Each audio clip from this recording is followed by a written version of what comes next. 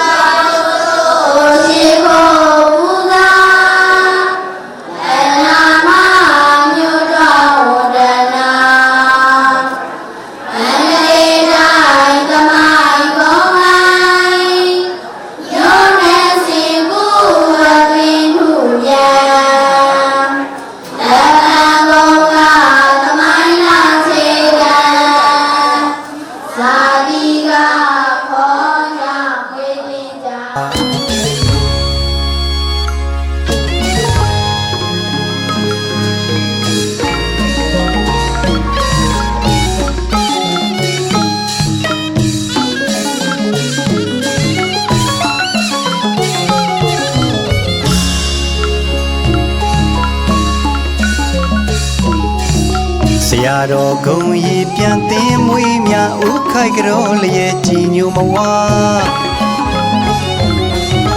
tai kha wa ro tong se chi nyu ma wa chi nyu ma wa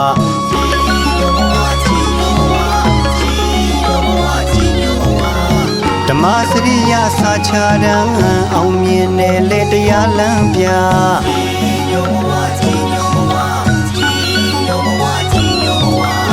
Anin se jo nainga wang Dhamma Asariya Thera wara pitaka chansa Leo nyi nyong pya Buddha Dhamma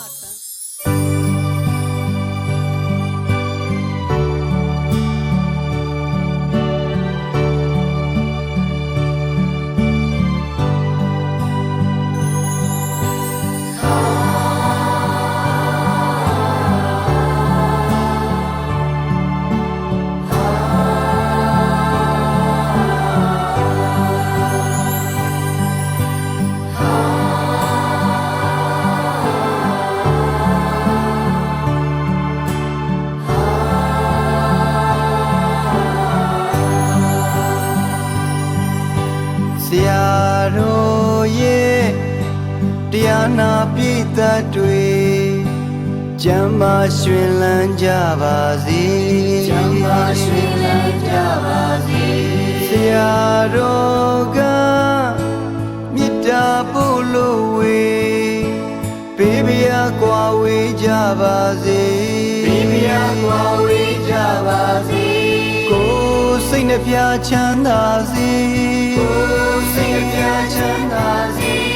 One is not a tate jazzy. One is not a tate jazzy. Yamame,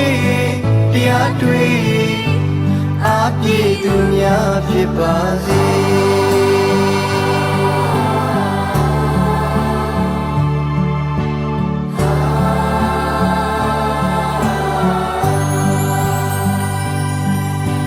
Tainda Pidu Mia Bulu. Say chanda bazi Taina pidu nya bulu Jibu say chanda bazi Tashi chama piyan kwa Chanda javazi Siri rosi Siaro shinya pya Dhamma Dhame Khaya Asisi Ngaya Phin Jibba Tulo Punso Win Tulo Pukaya ရတဲ့ပြီးတော့ခြေတော်ဥခိုက်ယုံကြည်စွာတယောက်သားပါဠိဆရာတော်ရှင်လူမြတ်ဗျာအခမ်းအနားစီစဉ်ရပါဗျာနမတိအစီအစဉ်ရဓမ္မဂရိကဆရာတော်ရှင်မြတ်နေတကွာတရားရှိခင်သူတော်စင်လို့မှာနမောတတသုံးကြိမ်ရုပ်ဆိုပူဇော်ကြတော့၍ဓမ္မတပင်ခန္ဓာခွင့်ရပြပါရင်ဖြစ်ပါရဲ့ဗျာနမတိအစီအစဉ်ရဓမ္မဂရိကဆရာတော်နိုင်ငံတော်မှာဓမ္မဂရိကဘုဇနာဟိတတထသရဏအရှင်ကျေသာဓမ္မငါးပါးသီလခံယူဆောက်တည်၍တရားတော်များနာယူမှတ်သားရန်ဖြစ်ပါလေဗျာနံပါတ်3စီစဉ်ရဘာယကထာကမအပေါင်းတို့မှာလူတန်းဖွယ်ရာစက္ကန့်လူတန်းရန်ဖြစ်ပါလေဗျာနံပါတ်4စီစဉ်ရလူတန်းမှုအစုစုတို့အားရည်သက်တွန်းချအညဝေရန်ဖြစ်ပါလေဗျာနံပါတ်5စီစဉ်ရဇာတော်ရှင်မြတ်နဲ့တကွတရားရှိခင်သူတော်စင်ပိဋကအပေါင်းတို့မှာဘုရားသာသနာစီကံတိတ်တုသုံးကြိမ်ရုပ်ဆိုသူတော်ပဒနာပြု၍ဓမ္မသဘင်ခန္ဓာကြီးမြောက်အောင်မြင်ကြောင်းဖြစ်ပါလေဆရာတော်ရှင်မြတ်ဗျာဘုဖြစ်ပါရဲ့နံပါတ်1အစီအစဉ်ရဓမ္မဂရိကဆရာတော်ရှင်မြတ်နဲ့တကွတရားရှိခင်သူတော်စင်အပေါင်းတို့မှာနမောတတသုံးကြိမ်ရုပ်ဆိုပူဇော်ကြတော့၍ဓမ္မသဘင်ခန္ဓာပြည့်ပြည့်ပါရန်ယုံကြည်စွာတယောက်သားပါဠိဆရာတော်ရှင်မြတ်ဗျာပန္ကြပါဠိဓမ္မမိတ်ဆွေသူတော်စင်အပေါင်းတို့ခင်ဗျာ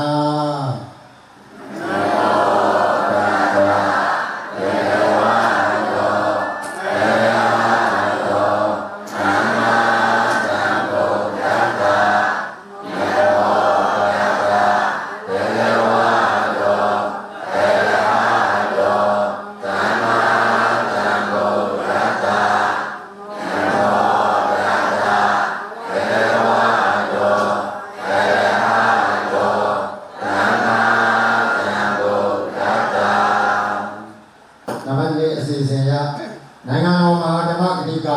ဘုံဇနာဟိတတထသတ္တန္တာအရှင်ပြေသာသာရဓမ္မငါးပါးသီလခံယူ၆ပြည်၍တရားတော်များနာယူမှတ်သားရန်ဖြစ်ပါလေအလုံးစုံတရားချင်းခေဓမ္မမိတ်ဆွေသူတော်စင်မောင်းတို့ခင်ဗျာတရားတော်များနာယူမှတ်သားရန်ဘုရားတရားသံဃာစေတနာပြတ်သုံးပါးနဲ့သင်တကွာငါးပါးသောသီလခံယူ၆ပြည်ရန်ဩဃာတပဏာမဖြင့်ညီညာပြကြကြောကြပါစို့ခင်ဗျာ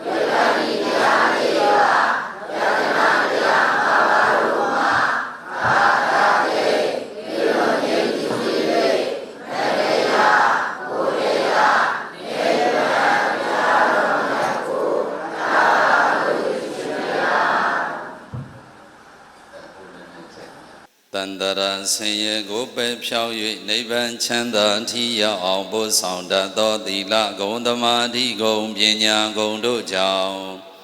ရှိခိုးခြင်းမြတ်နိုးခြင်းပူဇော်ခြင်းငါထိုက်တော်မူကြကုန်သောဖရာတရားတန်ခါယရနာတော်မြတ်သုံးပါးတို့အားတရာကြီးညိုယိုသေးမြတ်နိုးလက်ဆုံးမူ၍ရှိခိုးပူဇော်ဖူးမြော်မှန်လျှော့ကြောကြရသောပူဇော်တပနာမတက္ကိစ္စဂါရဝါကောင်းမှုကုသိုလ်ကံစေရနာတို့ကြောင့်အန္တရေပိဒံယမခသိမ့်ဘဝတိုင်းကင်းလွန်ငြိမ်းချကုန်သည်သာလျင်ဖြစ်၍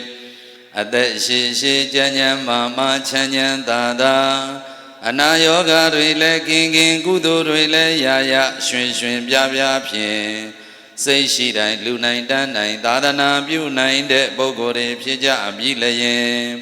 မိမိတို့အလိုရှိအပ်တောင်းတအပ်သောကောင်းမြတ်သောအပြည့်ကင်းသောလောကီစုဘောဓိစုမင်္ဂလာပေါင်းနှင့်တကွာ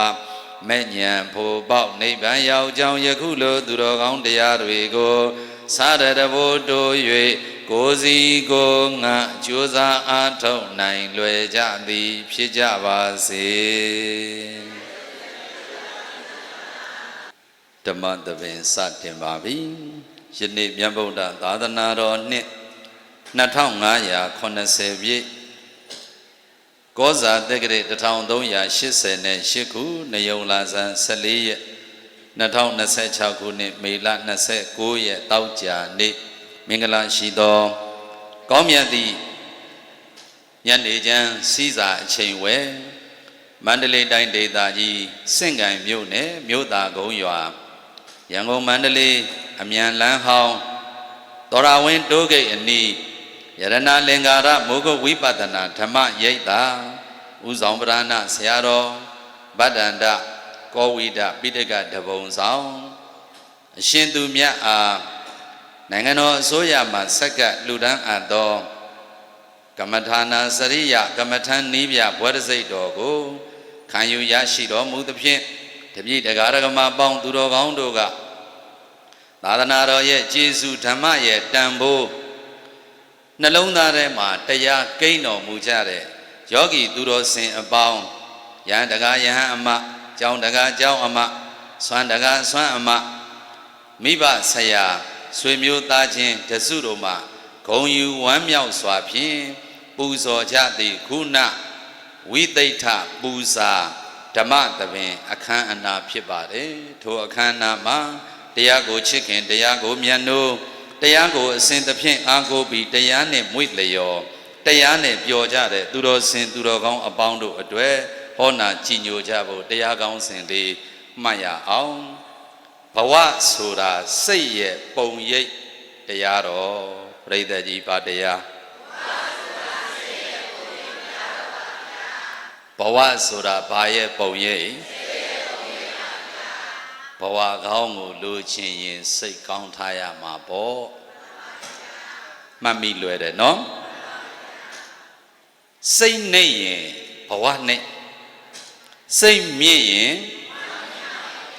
စိတ်နစ်နေရင်ဘဝလည်းစိတ်ရှင်းတော့စိတ်ရှုပ်တော့စိတ်မှန်တော့စိတ်တန့်ရင်စိတ်ကောင်းတော့စိတ်ချမ်းသာမှဘဝဆိုတာပရိသတ်ရေစိတ်ရဲ့ရောင်ပြန်ဟပ်မှုပါပဲဗျာနော်နာညွတ်ရာရုပ်စာတီးတဲ့နာညွတ်ရာနန်ဆိုတာစိတ်ကိုပြောတာလေအဲ့ဒီကိုယ်စိတ်ထဲရှိတဲ့အတိုင်းကိုယ်စိတ်ညွတ်တဲ့အတိုင်းဝိညာဉ်တည်တော်ရန်စိတ်တစမေဝစိတ်ရဲ့အမှုအရာတွေဒီမှာခန္ဓာကိုယ်မှာပေါ်လာတာပဲနှုတ်နဲ့ပြောတော့ဝစီဝိညာဉ်ကိုယ်နဲ့လုပ်တော့ကာယဝိညာဉ်အဲ့ဒီကိုယ်အမှုအရာတွေနှုတ်အမှုအရာတွေရဲ့ဇစ်မြစ်အရင်းကိုပြပါဆိုလို့ရှိရင်အဲ့ဒါစိတ်ပဲဒါကြောင့်မို့လို့စိတ်ဟာလားမိမိရဲ့မူရင်းအတိုင်းဘဝဆိုတဲ့ပုံရိပ်တွေထွက်ပေါ်လာတာပဲဒါကြောင့်ဒီကနေ့တရားကောင်းစဉ်လေးပေးလိုက်ပါဘဝဆိုတာ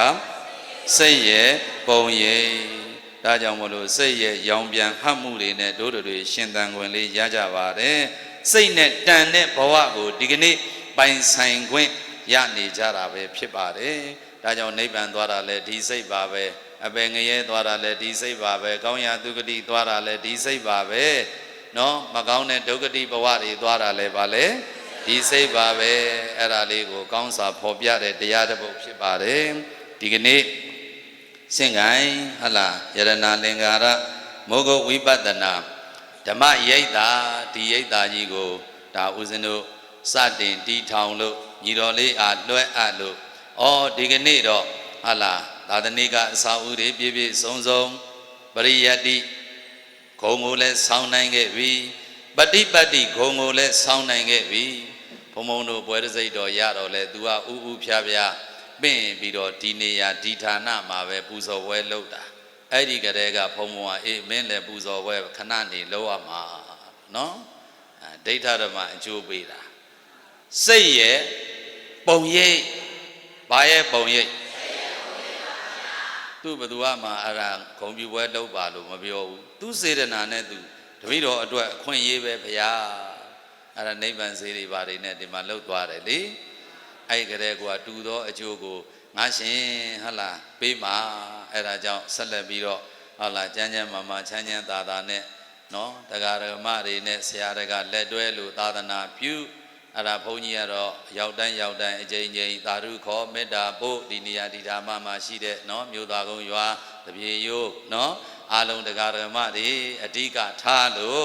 ဒီကြောင့်ဒီနေရာဒီဌာနဒီနယ်တဝိုက်မှာရှိကြတဲ့အဆက်ဆက်ကပိုင်သားကြသောစောင့်ရှောက်ကြသောတရားမြမနတ်ဒေဝသူတော်ကောင်းအပေါင်းနတ်အပေါင်းမေတ္တာတွေပို့လို့ကုသိုလ်တွေပြုတိုင်းအမြပေးဝေလို့ဒီနေရာဒီဌာနကြီးသာသနာတော်အတွက်စီကားပါစေသာသနာပြုမဲ့ညီတော်လေးလည်းပဲဟာလာပွဲသူဂုံသူတွေနဲ့နော်တင်းတဲထဲဝါနဲ့မိဘဆရာလောကသာသနာကိုပြန်လဲစောင့်ရှောက်နိုင်ပါစေဆိုတာဘုံဘုံတို့ဒါဝင်တိုင်းထွက်တိုင်းကြွတိုင်းအခါခွင့်သင်တိုင်းအဲ့ဒီမေတ္တာတရားတွေနဲ့ကြွလာခဲ့တာဖြစ်ပါတယ်နော်ဒါကြောင့်မို့လို့ဒီကနေ့လဲအားလုံးသောသူတော်ကောင်းများကိုဓမ္မလက်ဆောင်လေးပေးကျင်တာကဘဝဆိုတာစိတ်ရဲ့ပုံရိပ်တရားတော်ခေါင်းစဉ်လေးပြန်ပြောပါဦးဣတိယဒေသနာတော်ကိုမဟောကြသည်ခင်မနာကြသည်ခင်တရားတော်ဤပိုင်ရှင်သုံးလောကထောထားရှင်တော်ဗုဒ္ဓမြတ်ဖရာဤဂုဏ်တော်ကျေးဇူးတော်များစွာတို့တွင်ကရုဏာပညာနှစ်ပါးဖြင့်ချီးကျူးကိုရောပူဇော်အပ်သောမဟာပဏာမဝန္ဒနာဂါထာဖြင့်ရှိဥစွာမြတ်စွာဘုရားရှင်ကိုရောမြတ်ကိုယောသိမြတ်တို့လည်းဆေပြာထိတ်မှမူ၍ရှ िख ိုးပူဇော်ကြောလိုက်ကြရအောင်အလုံးပရိသတ်ကြီးကလည်းမိမိတို့ကိုယ်တိုင်နှုတ်ထဲကရွတ်ဆိုရှ िख ိုးပူဇော်နေရတယ်လို့အာယုံယူလည်းရဲ့ကြီးညိုတတ်တာပွားများပြီးတော့ထားလိုက်ကြပါကရုဏာတိတလဟတယံပညာပိဇောဒဝိဟတမောဟဓမ္မံသာနရမရလောကကရောဝန္တိသူကတံဂတိဝိမု dd ံဧတေနာသစ္စာဝစေနာဒုခိတာဟွန်တုပါဏိနောကရုဏာတိတလဟတယမဟာကရုဏာတော်မြတ်အတွင်တဖြင့်လာလာပွေလျာအေးမြစီပင်ကြည်လင်သောရွှေစိတ်နှလုံးတော်လည်းရှိတော်မူပေထသောပညာပိဇောတဝိယတမောဟဓမ္မံအရဟတမတိဟုသောစီမိယောင်ဖြင့်အဝိဇ္ဇာတိဟုသောမိုက်မောင်ကိုပယ်ဖြောက်တော်မူပြီးထသောသာနရမရလောကကရောလူနှင့်တကွာသောတတ္တလောကအလုံးဤညိုယုံဥခိုင်အလေးကရုပြုတိုက်သောဆရာတဆုဖြစ်တော်မူပါပေထသောဂတိဝိမု dd ံ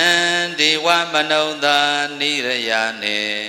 ပေတတိရစ္ဆံလာယံအရှိငါတန်သောဂတိမလည်းအထုသဖြင့်ကင်လွတ်တော်မူပြီးထသောသူကတံ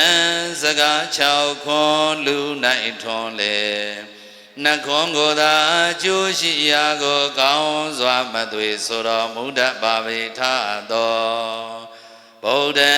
သစ္စာ4ပါးမြတ်တရားကိုပြသထင်သိမြင်ပေ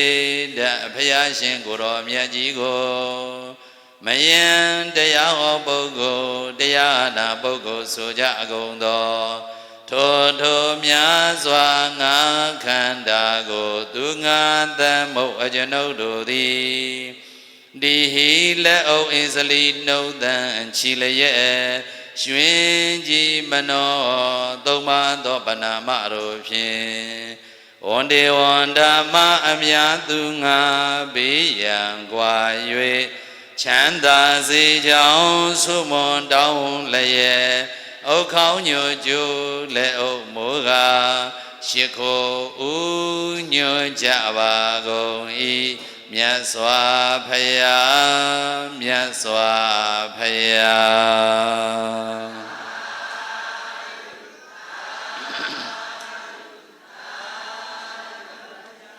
ကဲအလုံးပရိသတ်ကြီးအနန္တ၅ပါးရှိခိုးကြောရအောင်တညီတဲ့လိုက်ဆိုကြဗုဒ္ဓဂုဏ်တော်မင်္ဂမြောပူဇော်ပါ၏အရှင်ဘုရားကဲတညီတဲ့ဆိုဗုဒ္ဓဂုဏ်တော်မင်္ဂမြောပူဇော်ပါ၏အရှင်ဘုရားဓမ္မဂုဏ်တော်မင်္ဂမြောပူဇော်ပါ၏အရှင်ဘုရားသံဃာဂုဏ်တော်မင်္ဂမြောပူဇော်ပါ၏အရှင်ဘုရားမိဘဂုဏ်တော်မင်္ဂမြောပူဇော်ပါ၏အရှင်ဘုရားဆရာဂုဏ်တော်မင်္ဂမြောပူဇော်ပါ၏အရှင်ဘုရားသာဓုသာဓုသာဓုအလုံးသောတရားချစ်ခင်သူတော်စင်ပေါင်းတို့ယခုအချိန်မှစတင်၍မိမိတို့လိုလားမြတ်တာသောဣရိယာပုတ်ဖြင့်ဗုဒ္ဓရှင်တော်မြတ်ဘုရားဤတရားဓမ္မများကိုယူသေးသောကာရဝတရားရှိထားလို့မှတ်မှတ်သားသားနာကြားနိုင်ကြပါပြီဒီကနေ့ဆင်ရင်ကျင်းပါတဲ့နိုင်ငံတော်ကမ္မထာနာစရိယကမ္မထာနိဗျဘဝရစိတ်တော်ယဗဒ္ဒန္တကောဝိရအရှင်မြတ်ဤခုနဝိသိဋ္ဌပူဇာအကျိုးဓမ္မသဘင်မှာတရားကိုချစ်ခင်တရားကိုမြတ်လို့တရားကိုအစဉ်တစ်ဖြင့်အားကိုးပြီးတရားနဲ့မွေ့လျော်တရားနဲ့ပျော်ကြတဲ့သူတော်စင်သူတော်ကောင်းအပေါင်းတို့အတွေ့ဟောနာကြီးညိုရမယ်တရားကောင်းစဉ်လေးကဘဝဆိုတာစိတ်ရဲ့ပုံရိပ်တရားတော်မှတ်မိအောင်ပြန်ပြောပါဦးကိုဘဝဘယ်လိုလဲစဉ်းစားကြည့်လိုက်တော့အတိတ်ကအရေးတွေကိုတော့ဟိုအတိတ်ဆိုတာပြီးခဲ့ပြီဖြစ်ပြီးပြဲ၍ပျောက်ခဲ့ပြီ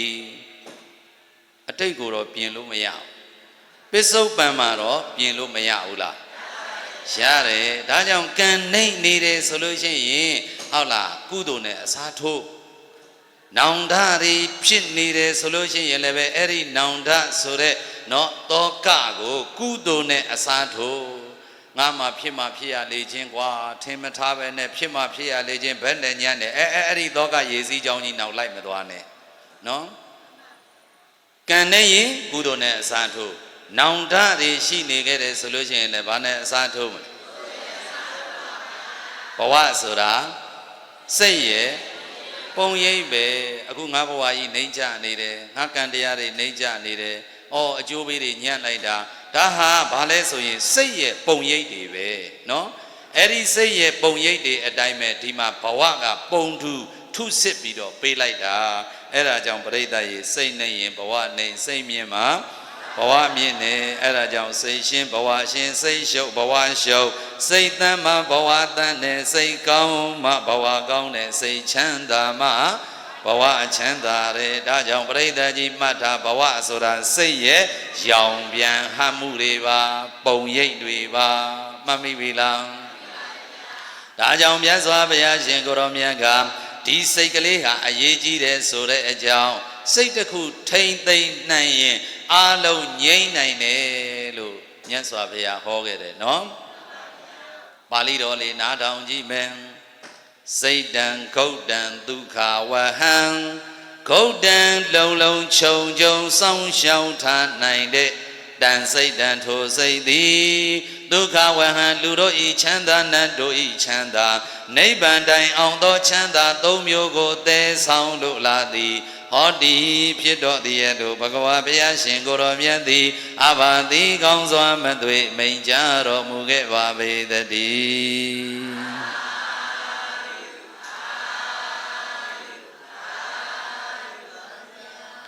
စိတ်တံခုတ်တံဒုက္ခဝဟံစိတ်မှာယိုပေါက်မရှိဘူး စိတ်မှာဟာလာပရိသတ်ကြီးရေအိန္ဒြေရရသိက္ခာရှိရှိ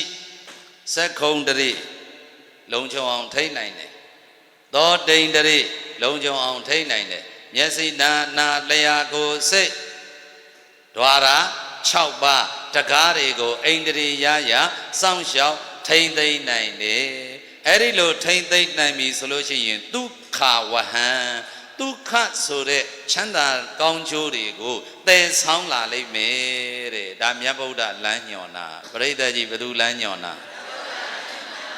ဒါကြောင့်မလို့ဒီကနေ့ယရဏလင်္ကာရမောဂဝိပဿနာဓမ္မရိပ်သာဆိုပြီးဟောဒီဌာနကြီးကနေပြီးဗုဒ္ဓရဲ့တရားတော်တွေကိုဘုံဘုံတို့ပဏ္ဏချအစပြုလို့ယခုဥဆောင်ဆရာတော်လေးကတစ်ဆက်တည်းသာသနာပြုလို့ကဲဗုဒ္ဓရဲ့လမ်းညွှန်ချက်တွေကိုအားလုံးသောရောက်လာသမျှသောယောဂီတွေသူတော်စင်တွေသာသနာပြုကြတဲ့တရားဓမ္မတွေအားလုံးကိုနှလုံးစိတ်ဝမ်းငြိမ်းချမ်းပြီးနှိမ်ချနေတဲ့စိတ်တွေမြင့်မြတ်သွားအောင်ပူလောင်နေတဲ့စိတ်တွေကိုအေးချမ်းသွားအောင်ဟာလားမတန်ရှင်းတဲ့စိတ်တွေကိုတန်ရှင်းသွားအောင်မကြည်လင်သေးတဲ့စိတ်တွေကိုကြည်လင်သွားအောင်လှုပ်ဆောင်လို့ပေးတာအဲ့ဒါဒီလိုကျင့်ဒီလိုထိုင်ဒီလိုလုပ်ပါဆိုတရားစခန်းနေဖွင့်အဲ့ဒါကြောင့်မလို့ဒီဘောဓစိတ်တော်ကိုကမ္မထံနိဗျအနေနဲ့ဒါဆက်ကလူထမ်းခြင်းကိုဟာလားခံယူရရှိတော်မူတဲ့အတွက်ဒီကနေ့ဟာလားဂုံပြုပူဇော်တဲ့ပွဲမှန်ကြရလားဗျာအဲ့ဒါကြောင့်ဘုံဘုံကလည်းပဲဒီကနေ့ဟာလားဘဝဆိုတာစိတ်ရဲ့ပုံရိပ်ပဲဒီစိတ်ကလေးတခုအရေးကြီးတယ်ဆိုတဲ့အကြောင်းလေးကိုမြတ်ဗုဒ္ဓဤသို့ဟောပါတယ်ဆိုပြီးလမ်းညွှန်ပေးတာစိတ်တံဂௌတံဒုက္ခဝဟံအိန္ဒြေယယသိက္ခာရှိရှိမိမိရဲ့စိတ်ကိုထွက်ပေါက်ဒီမကောင်းတဲ့ထွက်ပေါက်ဒီတို့ရောက်မသွားအောင်စောင့်ရှောင်ထိမ့်သိမ့်နိုင်တဲ့တန်စိတ်တန်ထိုစိတ်သည်ဒုက္ခဝဟံလူတို့ဤချမ်းသာနတ်တို့ဤချမ်းသာနိဗ္ဗာန်တိုင်အောင်သောချမ်းသာသုံးမျိုးကိုသယ်ဆောင်လို့လာသည်ဟောတိဖြစ်၏မြတ်စွာဘုရားကစိတ်တစ်ခုသာထိမ့်လိုက်စမ်းမှာအလုံးငြိမ်းချမ်းမှုကိုရပါလိမ့်မယ်စိတ်တစ်ခုထိမ့်ရင်အလုံးငြိမ်းချမ်းမှုကိုရပါလိမ့်မယ်အဲ့ဒါကြောင့်ပရိသတ်ကြီးမှတ်တာဆင်းကိုနိုင်ရင်ချွန်းကိုကန်ရတဲ့ဆင်းကိုနိုင်ရင်မြင်းကိုနိုင်ရင်တော့ဇက်ကျိုးကိုနိုင်ရဇက်ကျိုးကိုကန်ရမြင်းကိုနိုင်ရင်အေးဇက်ကျိုးကိုကန်ရနွားကိုနိုင်ရင်နဖားကျိုးကိုကန်ရနွားကိုနိုင်ရင်စိတ်ကိုနိုင်ရင်တော့ပရိသတ်ကြီးမှတ်ထားတရားထိုင်စိတ်ကိုနိုင်ရင်အဲ့ဒါလာကြထိုင်ညာနော်ယခုဘုံဘုံတို့မန္တလေးမှာနေတိုင်းအာစိန်နကန်ရှိတယ်တရက်ကိုလူ80ကျော်တယ်စတော်ကြီးတွေထားခဲ့တဲ့ဓမ္မယုံကြီးမှာလေဩဆရာတော်ကြီးတွေကလည်းကဲငါတို့ကလည်းမင်းလက်ထဲဒီသာသနိကအစာအုပ်တွေထားခဲ့ပါရစေဆရာတော်ကြီးတွေကလေကဲအဲ့တော့ကြောင်းတိုးမဖြစ်အောင်နော်အဲ့ဒါဗိမာန်ကြီးတွေတည်ဆောက်ထားတယ်ကျောင်းကြီးတွေတည်ဆောက်ထားတယ်ကျောင်းတကာကျောင်းမာတွေလည်းပဲကျေးဇူးများအောင်ပရိယတ္တိစာသင်သားတွေရှိတယ်စာချက်စာအံဝတ်တဲ့ဝတ်ကတ်တွေရှိတယ်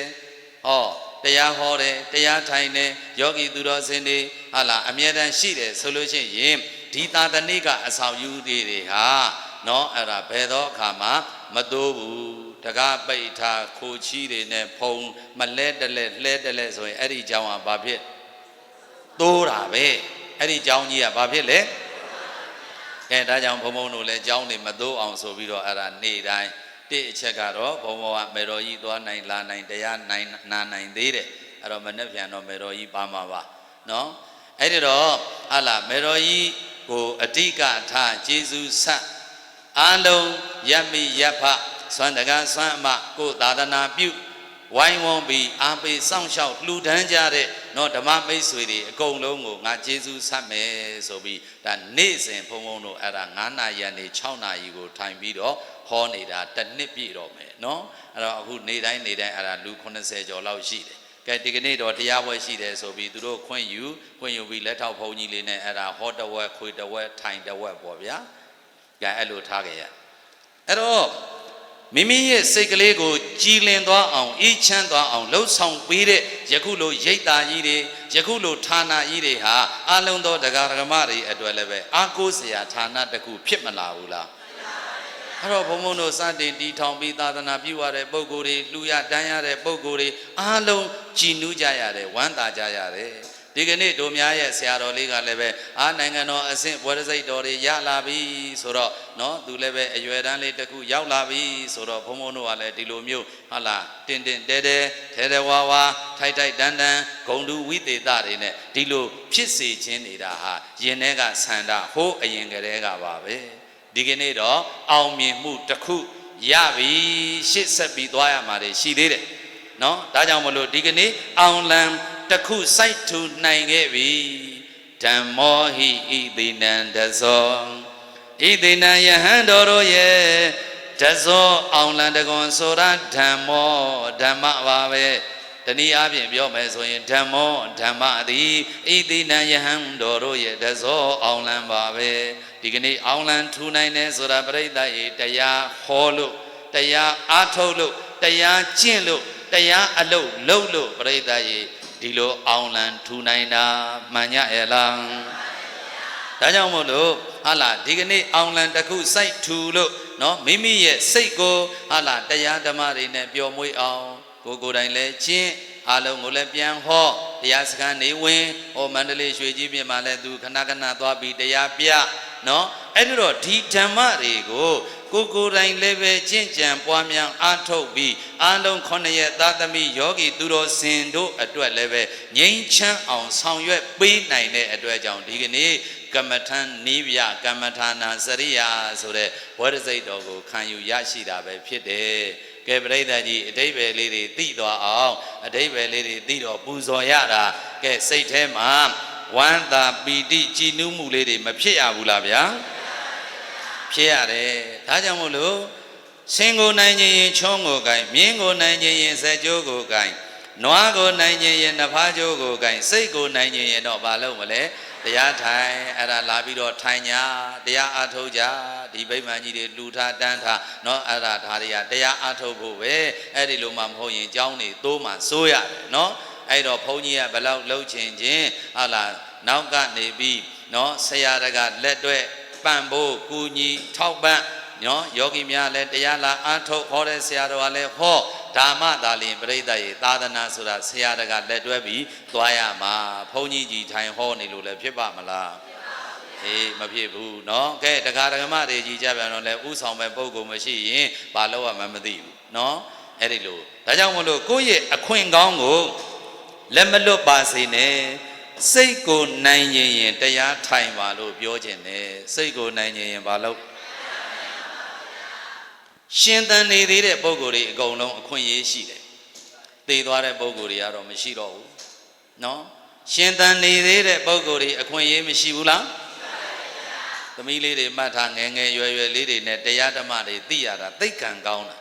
เนาะဗုဒ္ဓဘာသာတို့မှာအစည်းအတားတစ်ခုလိုဖြစ်နေတယ်ဒါလေးတတိပေးခြင်းနဲ့ပေါ့ဗျာပရိသတ်စုံတဲ့အချိန်เนาะဟာပထမအရွယ်ပညာရှာဒုတိယအရွယ်ကျင်ညာရှာကြစီးပွားရှာကြတတိယအရွယ်ကျမှတရားရှာကြမယ်တဲ့ကဲနေသမ်းမောင်တတိယအရွယ်အထိမနေရရင်ဘယ်ချိန်သွားရှာဝိသကာတို့9နှစ်ကတည်းကတရားရပြီးသောတာပန်ဖြစ်နေတာအခုဗျာအဲ့ဒီလိုမဟုတ်ဘူးဗျာအိုမင်းမစွန်ဖြစ်ပြီးဆိုမှအိမ်လူဖို့ဖြစ်ပြီးဆိုမှအိမ်ကလူတွေကလည်းမကောင်းကြောင်းပို့လိုက်သလားမသိဘူးသွားကြောင်းသွားဆိုအဲ့ဒီကြမှာပဲเนาะအဲ့ဒါတွဲပြီးတရွတ်တိုက်ပြီးတော့ရောက်လာကြတာတကယ်လုံးနိုင်တော့ကိုရောက်ရမှာတာရေးသမီးရေးစီးပွားရေးတွေနဲ့ဘဝတိုင်းအချိန်ကုန်ခဲ့ပြီမို့လားဒီပါเนาะခန္ဓာဝကြွေးရလို့ပေးဆက်ရတာကတော့လူတိုင်းမှာပဲဗျာကိလေသာဝကမ္မဝနှစ်ခုပေါင်းရင်ဝိပါကဝဆိုတာရှောင်လို့ရလားမရဘူးဒါကြောင့်ဆိုလိုက်ခန္ဓာရလားအိုရမှာအဲ့ဒါသူ့အလုပ်ပါခန္ဓာရလားနာရမှာအဲ့ဒါသူ့အလုပ်ပါခန္ဓာရလားသိရမှာအဲ့ဒါသူ့အလုပ်ပါကဲပြိဿရေခန္ဓာရဲ့အလုပ်သိပြီလားသူ့အလုပ်ကဘာတွေလဲဟိုမယ်နာမယ်သိမယ်နောက်ထည့်လိုက်အောင်မယ်ကွဲမယ်မွဲမယ်ပင်စကနိဗ္ဗာန်မှာ5ခုပြောထားတယ်ကွဲဆိုတာဘာလဲသိကွဲရှင်ကွဲယခုခွဲကုန်ကြပြီလေ ခွက်ခွာသွားကြပြီတော်တော်များပြီမို့လားအေးများပြီဘဝတစ်ခုကဘာမှမကြဘူးနော်လူပြေခဏလာတဲ့ဧည့်သည်တွေပဲခဏလာကြခဏလာပြီးတော့ကလေးတွေအိုးတွေခွက်တွေနဲ့ဟာကစားတယ်လို့ကစားစရာအယုတ်တွေနဲ့နေတယ်လို့ပဲအိမ်တွေဆောင်းလိုက်တိုက်ကြီးတွေဆောင်းလိုက်ကားတွေဝယ်စရာငိုလိုက်ကြရီလိုက်ကြချစ်လိုက်ကြမုန်းလိုက်ကြသွားလိုက်ကြလာလိုက်ကြစားလိုက်ကြတောက်လိုက်ကြနောက်ဆုံးဟောလာတယောက်နဲ့တယောက်စိတ်ထားတွေကလည်းပဲမနာလိုကြဝန်တိုကြအမလေးဒီကြတဲ့ကံကောင်းတဲ့အခါကျတော့မှဟောတရားနဲ့တွေ့နော်ဆရာကောင်းသမားကောင်းနဲ့တွေ့မဲ့လမ်းမှန်လေးတော့ရပြီဟဲ့ဟောတနေ့ပြန်ရမှာအဲ့တော့ငါဆွဲအတ္တခွာချမှဖြစ်မယ်နော်ဒီထိရောက်အောင်သွားအဲ့ဒီထိမရောက်လို့ကတော့ပြိဿကြီးရေနော်အဲ့ဒါအပြန်လန်းဝမ်းနေရလိမ့်မယ်နော်အပြန်လန်းဝမ်းနေเสียမလို့အောင်တရားကျင့်ထားရမယ်နော်အဲ့တော့ဒီလမ်းညွန်ချက်တွေကိုပေးတာဘယ်သူလဲဆိုလို့ရှိရင်မြတ်ဗုဒ္ဓလမ်းညွန်ချက်တွေပေးတာဘယ်သူပါလဲအဲ့ဒီလမ်းညွန်ချက်အတိုင်းဂௌတံစိတ်တံဂௌတံဒုက္ခဝဟံမိမိရဲ့စိတ်ကလေးကိုကိုယင်ကြေးနှုတ်ယင်ကြေးနော်စိတ်ကယင်ကြေးသွားပြီဆိုရင်ကိုယ်တွေနှုတ်တွေကအလိုလိုယင်ကြေးသွားမယ်အလိုလိုငြိမ်းချမ်းသွားမယ်အဲ့ဒီလိုဘဝလေးကိုဖြစ်အောင်ပြုပြင်ပြောင်းလဲပေးမှာကတရားဓမ္မကဲပရိသတ်ကြီးလမ်းညွန်ချက်ပေးတာမြတ်ဗုဒ္ဓကိုယ့်ရဲ့ဘဝကြီးတည်ငြိမ်အေးချမ်းပြီးတော့ဟုတ်လားမိမိရဲ့ဘဝကိုယင်ကြေးသွားအောင်ဟုတ်လားထမ်းဆောင်လို့ပေးမှာကပြောင်းလဲပေးမှာကတရားဓမ္မအဲ့ဒီတရားဓမ္မကတရားတယ်အဲ့ဒီတရားဓမ္မကကျင့်တဲ့သူလုပ်ပေးမယ်မကျင့်တဲ့သူရှင်းရောရှင်းရလားမသိဘူး तू ကငါတဲ့ငြိမ်းချမ်းအောင်လုပ်ပေးနိုင်တယ်တဲ့ဒါပေမဲ့လို့တဲ့ငါတော့တဲ့နော်တရားဓမ္မကတရားတယ်မျက်နှာမလိုက်ဘူးတဲ့ကျင့်တဲ့သူလုပ်ပေးမယ်မကျင့်တဲ့သူလုံးမပေးပါဘူးအခုလည်းပဲခဏဒုပရိသတ်များနော်ကုသိုလ်လုပ်တဲ့သူမရဘူးလားမလုပ်တဲ့သူမရပါဘူးဒါဆိုရင်ခိုင်းတို့ပရိသတ်များယောဂီသူတော်စင်များဟောလမ်းညွန်ချက်ကိုမြတ်ဗုဒ္ဓကပေးတို့များရဲ့ဘဝတွေကိုမြင့်တဲ့မြင့်အောင်မြတ်တဲ့မြတ်အောင်လူလန်းနတ်လန်းသုဂတိလန်းနိဗ္ဗာန်လန်းထိပို့ပေးမှာကတရားဓမ္မအဲ့ဒီလမ်းကြောင်းပေါ်ကိုရှောက်ရမှာကတော့ကိုယ်တိုင်ပဲတလန်းလျှောက်ရင်တလန်းရောက်10လန်းလျှောက်ရင်မိုင်းတစ်ထောင်ဆိုတဲ့ခရီးခြေတလန်းကစတာမိုင်းတစ်ထောင်ဆိုတဲ့ခရီးဘယ်ကစခြေတလန်းကစတာဒါကြောင့်မို့လို့ဒီလိုအသိဉာဏ်တွေကိုငယ်ငယ်လေးကလေးကရရင်စားရေးတောက်ရေးနော်လောကီရေးဝမ်းစာရေးတာရေးသမီးရေးစီးပွားရေးရှာရင်းဖွေရင်းတဲ့ကနေပြီးတရားဓမ္မအသိဉာဏ်တွေနဲ့ရှင်သန်သွားရင်ကဲပရိသတ်ကြီးခရီးမပေါက်နိုင်ဘူးလားအခုတော့တတ္တရအရွယ်ရောက်မှာပဲတရားနာရမှာလို့တတ္တရအရွယ်ရောက်မှာပဲဥပုသ်ဆောင်ရမှာလို့နဲ့ရှက်တယ်လို့နဲ့ကြောက်တယ်လို့နဲ့အောင်မလေးဗျာဒီလိုဖြစ်နေတာဂိုင်းအဲ့ဒါကြီးနော်ကိုယ့်ရဲ့ဘဝထဲမှာမထားပါနဲ့တော့ဗျာငယ်တုန်းကစပြီးတော့တန်တုံးမြန်တုန်းကစပြီးတော့ကြိုးစားပါနော်တရားကြီးလုံနေရမယ်လို့မပြောပါဘူးစားရင်တောင်းရင်နော်ရှာရင်ဖွေရင်လှုပ်ရင်ကန်ရင်ပေါ့ဒါကတော့မအားကိုမအားလို့ပါဗျာပြောမနေတော့ကိုယ်ဝေကျွေးနဲ့ကိုပဲနော်အဲ့ဒါကိုလှုပ်ခဲ့တဲ့ဝေကျွေးဘယ်သူမှမခိုင်းဘူးတခါတလေဦးစင်းတို့လည်းပဲအလုပ်တွေများတော့ညီးတွားမိတယ်နော်ပင်မလိုက်တာကြည့်ပါဦးဟုတ်လားအလုပ်တွေများလိုက်တာစာတရားဖြင့်ပေါ်ပြခိုင်းလူတိုင်းမညီးတွားဘူးလားအဲ့ဒီမှာတစ်ချက်သတိပေးလိုက်တာနော်ဒကမာကြီးတယောက်ကကိုအကျင့်ပေါ်ကျင့်ဘက်တရားဟောပေါ်ဟောဘက်နော်ဒကမာကြီးတယောက်ကနေပြီးတော့လေအဲ့ဒါပြောလိုက်တာရှင်ဖေကဒီလောက်တွေအလုံးများနေသားမအောင်တပည့်တော်မေးပါကိုတော့ဘသူကခိုင်းလို့တော့ကိုင်းမြကျုပ်အဖြေမရှိတော့ဘူးကိုတော့ဘသူကခိုင်းလို့တော့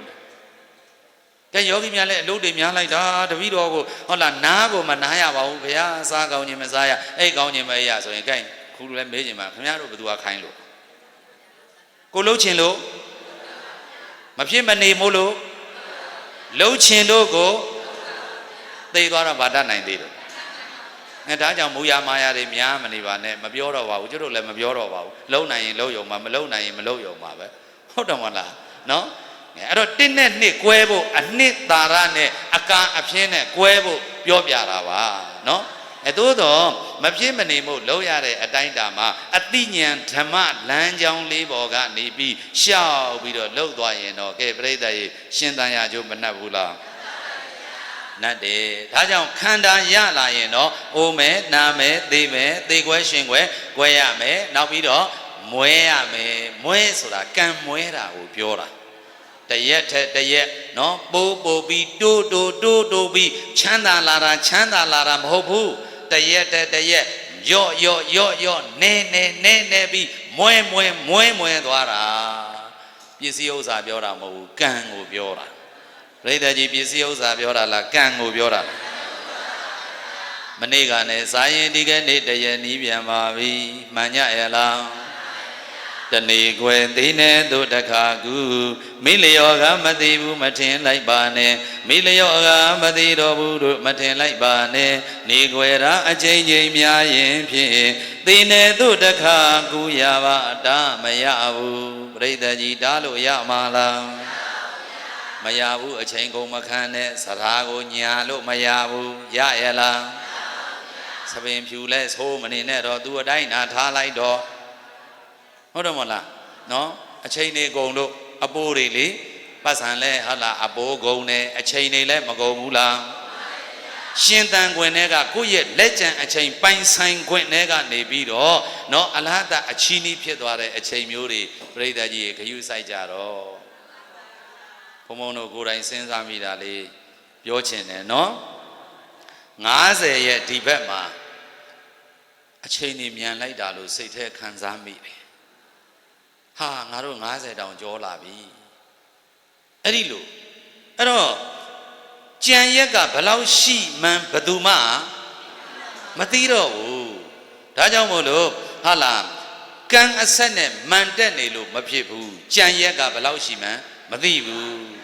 အဲ့ဒီတော့အကျိုးမရှိတဲ့အချိန်တွေဘယ်သူ့ဟိုမှလည်းအလကားမပေးနိုင်တော့ဘူးနော်ဘာအကျိုးမှမများပဲနဲ့လည်းပဲအချိန်ကုန်မခံနိုင်တော့ဘူးနော်ဟာလာကုသိုလ်ရင်လည်းရမယ်ပညာရင်လည်းရမယ်ဟာလာဥစ္စာဒနာရင်လည်းရမယ်ဟောဒီရည်ရွယ်ချက်တွေနဲ့အတိတ်ပဲရှိတန်ဖိုးရှိတန်ဖိုးရှိသောခြေလမ်းများနဲ့ရှောက်လန်းရမယ်တန်ဖိုးရှိသောစက္ကန့်များဖြစ်အောင်အလုပ်လုပ်ရမယ်ဒါဘုံဘုံတို့လည်းပဲဟာလာဘုန်းကြီးတွေယဟန်တော်တွေဆိုတော့ယဟန်တော်တွေနဲ့သက်ဆိုင်တဲ့အလုပ်တွေသာသနာအကျိုးတွေသိဖို့ရမယ်ဆောင်ရွက်ရမယ်အားလုံးတရားဓမ္မတွေကြတော့လည်းပဲဟာလာကုသိုလ်ပညာနော်စီးပွားဒါတွေနော်အကျိုးရှိအောင်အလုပ်လုပ်ရမယ်ဖုံးထိုင်ကြည့်ခိတ်နဲ့အချိန်ပြောသူများအတင်းဖြင်းပြောဒါမျိုးတွေကိုယ့်ဘဝထဲမှာဖယ်ရှားလိုက်တော့မှန်ညရလားပရိသတ်ကြီးစိတ်ရှင်းမှာဘဝရှင်းမယ်စိတ်တန့်မှာစိတ်ကောင်းမှာအေးကဲအဲ့ဒီလိုမျိုးလေးတွေသိခွင့်ရတော့ကျင့်ခွင့်မရဘူးလားရှင်သန်နေတဲ့ပုဂ္ဂိုလ်တွေအကုန်လုံးအခွင့်အရေးရှိတယ်သိသွားတဲ့သူတွေတော့အခွင့်အရေးရှိသေးလားဒါကြောင့်ကျေးဇူးတော်ရှင်မိုးကုတ်ဆရာတော်ဘုရားကြီးကသတိပေးတယ်အသေးမဟုတ်ခင်အသေးမဟုတ်ခင်အသိဉာဏ်တွေဥပြီးတော့တရားအားထုတ်ပါ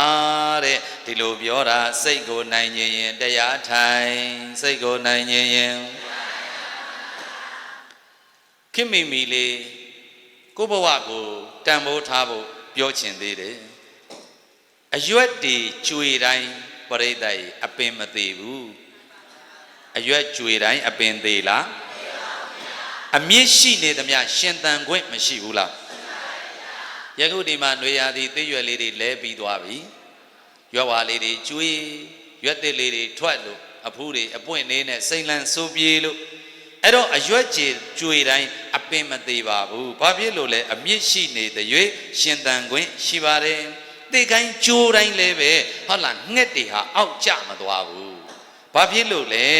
တောင်ပန်တွေရှိနေတဲ့၍အမြင့်ကိုပြန်တန်းနိုင်တယ်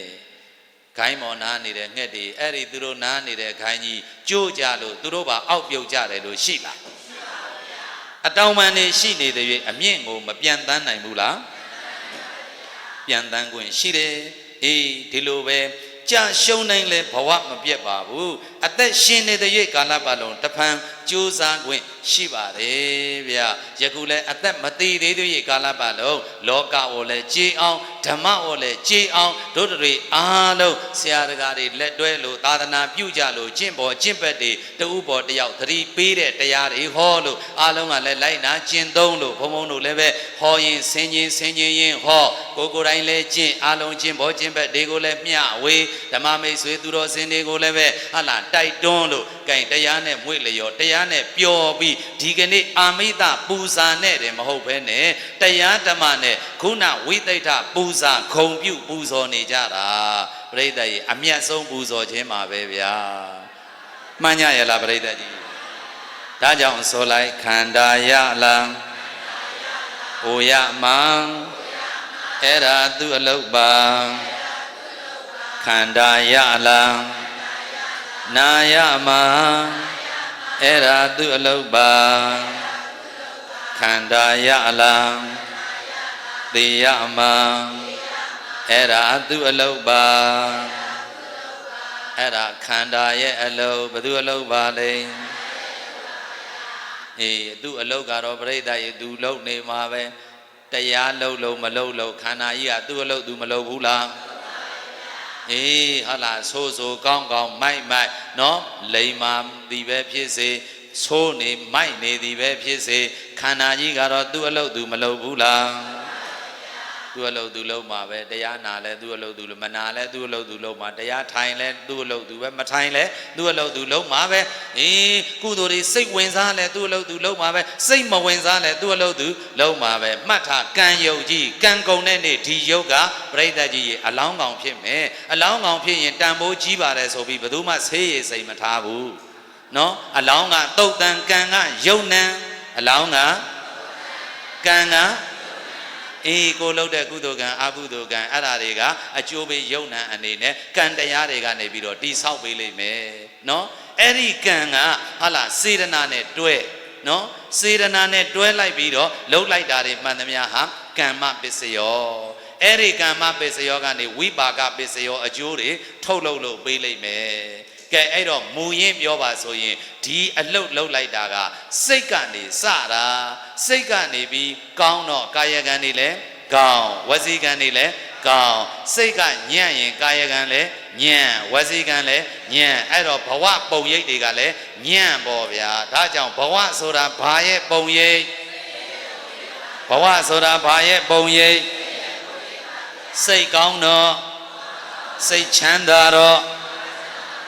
ဒါကြောင့်ဒုပရိသတ်များဘဝတစ်ခုထုတ်လုပ်တယ်ဆိုတာစိတ်ရဲ့ရောင်ပြန်ဟပ်မှုတွေပဲစိတ်နဲ့ထိုက်တန်တဲ့ဘဝကိုပိုင်ဆိုင်ကြရတာပဲဖြစ်တယ်ဒါကြောင့်မြတ်စွာဘုရားကဒီဒေသနာမှာစိတ်တံဂုတ်တံဒုက္ခဝဟံလုံခြုံစောင့်ရှောက်ထိမ့်သိမ့်နိုင်တဲ့စိတ်ဟာလူလန်းနတ်လန်းသူကတိလန်းနိဗ္ဗာန်လန်းထိအောင်ပို့ပေးနိုင်တဲ့တတ္တိရှိတယ်တဲ့။ကဲလမ်းညွန်ချက်ပေးတာမြတ်ဗုဒ္ဓလမ်းညွန်ချက်ပေးတာဘာလို့လဲ။တရားဓမ္မကပရိသတ်ရဲ့အာမခံချက်မရှိဘူးလား။အေးငါကိုယ်သာကျင့်မှာငါအတိုင်းနာကျင့်မှာဖယားလမ်းညွန်တဲ့အတိုင်းတရားဓမ္မကပြောနေတဲ့ငါကိုယ်သာနှလုံးသားထဲထည့်ထားပြီးတော့ကျင့်လိုက်စမ်းပါသင်တို့ကိုလူလန်းနတ်လန်းသူကတိလန်းနိဗ္ဗာန်လန်းထီပို့ပေးမှာငါတာဝေါတရားကပြောတာဘယ်သူကပြောတာဒီတရားကိုဘယ်သူကလမ်းညွန်တော့မြတ်ဗုဒ္ဓကလမ်းညွန်တာကဲအဲ့ဒီတရားဓမ္မအတိုင်းကျင့်ကြံအားထုတ်ဖို့ကကြတော့ကိုတာဝန်တရားကျင့်ရမှာကဘယ်သူတာဝန်သူ့အလုပ်ကိုအလုပ်တွေခွဲပေးနေတာနော်ခန္ဓာအလုပ်ကသိပြီလေဟိုနာသေးကွဲမွဲအဲ့ဒါဘယ်သူအလုပ်လဲကဲထိုအလုပ်ကဖရာလမ်းညွန်ချက်အတိုင်းတရားဓမ္မတွေကိုကိုယ်တိုင်ကျင့်မယ်ဒီလိုမဟုတ်လားဗျာအေးအဲ့ဒါကကိုယ့်အလုပ်ပဲဒါကြောင့်ဆိုလိုက်ဒါနပြုကနေရမှာအဲ့ဒါကိုအလုတ်ပါသီလဆောင်ငံနေရမှာအဲ့ဒါကိုအလုတ်ပါဘာဝနာပွားကနေရမှာအဲ့ဒါကိုအလုတ်ပါကဲကိုအလုတ်သိပြီလားလုံရင်ကန်ရင်အိုမှာနော် မလုပ်လဲအိုမှာပဲတရားထိုင်လဲမထိုင်လဲကိုကြိုက်တာကိုလှုပ်တာကိုရမှာပဲကိုကြိုက်တာကိုလှုပ်တာဘာမှကိလေသာမူယာမာယာများပြီးရေးကြီးခွင်ကျမပြောကြနဲ့တော့ကြံရက်ကဟုတ်လားပြိဿရေဘလောက်ရှိမှန်းမသိတော့ဘူးကံအဆက်နဲ့မန်တက်မနေနဲ့ယခုလဲကံဆက်နေလို့ဒီအတန်ထွက်နေတာတို့ပြိဿလည်းပဲကံဆက်နေသေးလို့ဒီအတန်ကြားနေတာမို့လားကံကုန်ပြီဆိုလို့ရှိရင်အလောင်းကောင်အလောင်းကန်ဆိုရင်အလောင်းပဲပို့သုတ်တန်ကိုလှုပ်တဲ့ကံတရားတွေကယုံနံဒါကြောင့်တူတူမှတ်တာအလောင်းကသုတ်တန်ကံကယုံနံအဲ့တော့ခဏလာကြတဲ့သူတွေပါပဲခဏလာကြတော့အိုးဘုတ်တွေဂျိုးရုပ်တွေနဲ့ကလေးတော်ကကစားတယ်လို့ပဲအခုလည်းပဲကိုယ့်အကိုစိတ်ကြိုက်အိမ်ကြီးဆောက်လိုက်ကြတိုက်ကြီးဆောက်လိုက်ကြကားကြီးဝယ်လိုက်ကြရံဖြစ်လိုက်ကြပြန်ချစ်လိုက်ကြအာရီလိုက်ကြငိုလိုက်ကြသွားလိုက်ကြလာလိုက်ကြစားလိုက်ကြတောက်လိုက်ကြနောက်ဆုံးလာတော့ကလည်း3ညပြန်တော့လည်း3ညနောက်ဆုံးဘုမသိဘာမသိအာကုသိုလ်တွေပဲပါသွားတာများဒီကြတဲ့ထင်းမကြေဘူးငါမကြေဘူးဘယ်တော့မှမကြေဘူးဆိုတာပါသေးဒိဋ္ဌိမှမပြုတ်ဖဲကိုအဲ့တော့မပြုတ်လဲပြုတ်အောင်လုပ်ကြရှင်ဖေရမလုပ်တော့ဘာဖြစ်မလုပ်လို့ရှိရင်ဟောဒီဇဝိုင်းဒေသနာတော်ကြီးအတိုင်းလဲသွားမှာပဲသဘောပေါက်ရလားမသိဘူးပုထုဇဉ်တွေဟာဒီတိုင်းရှောင်နေတာယုံနံလို့သိအောင်လည်းမကြိုးစားတော့ဘူးအကြောင်းကျိုးတွေပါလားဆိုတာလည်းနားမလဲတော့ဘူးခန္ဓာ၅ပါးပါလားဆိုတာလည်းသိအောင်မကြိုးစားတော့ဘူးဒီကနေ့ယရဏလင်္ကာရမိုးကုတ်ဝိပဿနာဓမ္မရိပ်တာကဒီဟာတွေသိအောင်သင်တန်းတရားတွေအနေနဲ့တရားစခန်းတွေဖွင့်လို့သင်ပေးမနေဘူးလားဒါအနီးဝန်းကျင်တွေအတွက်သိက္ခာကောင်းတာနော်အဲ့ဒါဘုံဘုံဒီမှာအုတ်ရှိကုံကျောင်းတိုင်းမှာနော်အဲ့ဒါအာစိဏကနေတိုင်းပြတော့ဓမ္မပိယတရားတော်နာအဖွဲ့တွေနဲ့တွေ့တော့တပည့်တော်တို့ဝေးနေလို့ဘုရားဒီနာကလူတွေကံကောင်းလိုက်တာဟောသူတို့တရားတဲကိုစိတ်ဝင်စားတဲ့သူတွေအတွက်ကြတော့တမျက်တနိုးဗျာအခုအဲ့ဒါဆိုင်ကယ်တွေနဲ့လဲလာတယ်တချို့ဈေးရောင်းရင်လဲလာတယ်အဲ့ဒါဈေးပန်းကြီးအပြင်မဲ့ချထားပြီးတော့မှသူဈေးသူဆက်ရောင်းတာကိုကသာဓုခေါ်ရတယ်နော်အဲကြောင့်မလို့ဘုံဘုံတို့ကလည်းအပင်မခံပြီးတော့သူတို့နားလေလွယ်လောက်တဲ့စကလုံးလေးတွေနဲ့နော်သစ္စာတရားတွေကြီးဆိုလဲယိုးအီးနေမှာဆိုလို့ဓမ္မတသနာလေးတွေနဲ့တွဲဖက်ပြီးတော့တန်ဝေကသုတယတဓမ္မစုံအောင်ပရိစ္ဆာသမုပ္ပါသစ္စာ၄ပါးမူတည်ထားလို့နေ့စဉ်ဘုံဘုံတို့ဓမ္မဒါနပြုနေပါတယ်ဒါကြောင့်အားလုံးသောသူတော်ကောင်းများတရားနဲ့ပျော်နိုင်အောင်လုပ်ပါဖယားကိုမမေ့မှတရားနဲ့တွေ့မှာအဲ့ဒီတရားလမ်းကြောင်းအတိုင်းရှောက်လန်းနိုင်မှသာလျှင်ဒုပရိသတ်များစိတ်ဆွမ်းအားတွေဘာဖြစ်လဲပြည့်သွားမှာမှန်ကြရလားကဲအဲ့ဒါကြောင့်ရှင်နေမင်းတို့မေတ္တာပို့တဲ့ထဲမယ်လေနောက်ဆုံးစာတန်လေးတစ်ခုကဲဆိုလိုက်ဖယားမမေ့တရားတွေအားပြည့်သူတွေဖြစ်ပါစေသုံးကောင်းဆိုလိုက်ဖယားမမေ့တရားတွေအားပြည့်သူတွေဖြစ်ပါစေဖယားမမေ့တရားတွေအားပြည့်သူတွေဖြစ်ပါစေဖယားမမေ့တရားတွေအားပြည့်သူတွေဖြစ်ပါစေ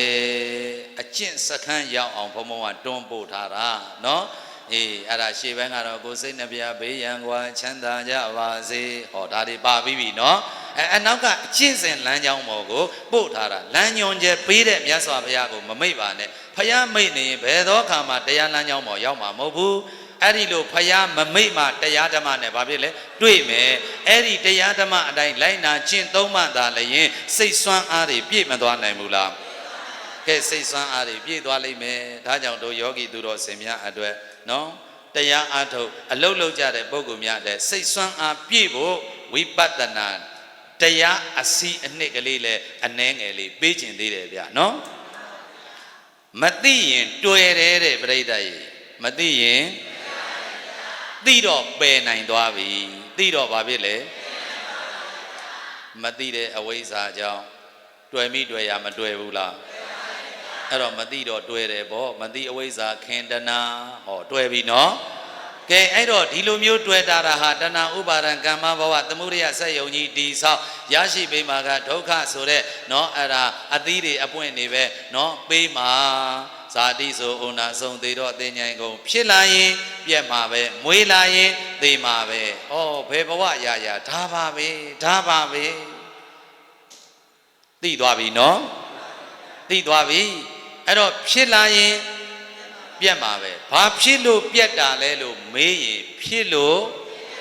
ပြက်တာဒါဆိုရင်ဒီအဖြစ်တရားကြီးကရောဘာအတွက်ဖြစ်လာတာလဲလို့မေးရင်ပြက်ဖို့ဖြစ်လာတာပြက်တာဟာဖြစ်လို့ဖြစ်တာဟာပြက်ဖို့အပြန်အလှန်လေးနော်ပြက်တာဟာဖြစ်လို့ဖြစ်တာကပြက်ဖို့ပါကဲယခုခန္ဓာဉာဏ်ကတတိလေးနဲ့နော်ကိုဆင်ញင်ရင်ပြောကြည့်မယ်ဆင်ញင်ကြည့်မယ်မွေးလာတာသေဖို့ဘာကြောင့်သေတာလဲမွေးလို့သေတာမွေးလာတာကဘာအတွက်မွေးလာတာလဲ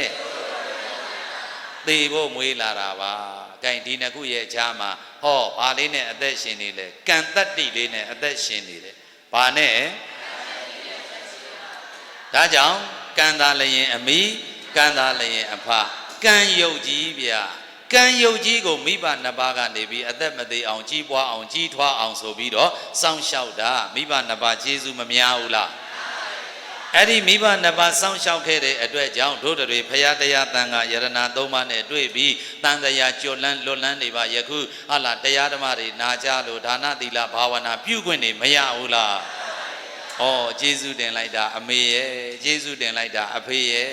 မိဘနှစ်ပါးကမဆောင်ရှောက်ခဲ့လို့ရှိရင်ကဲပရိသတ်ကြီးသာသနာပြုခွင့်ရပါအောင်မလား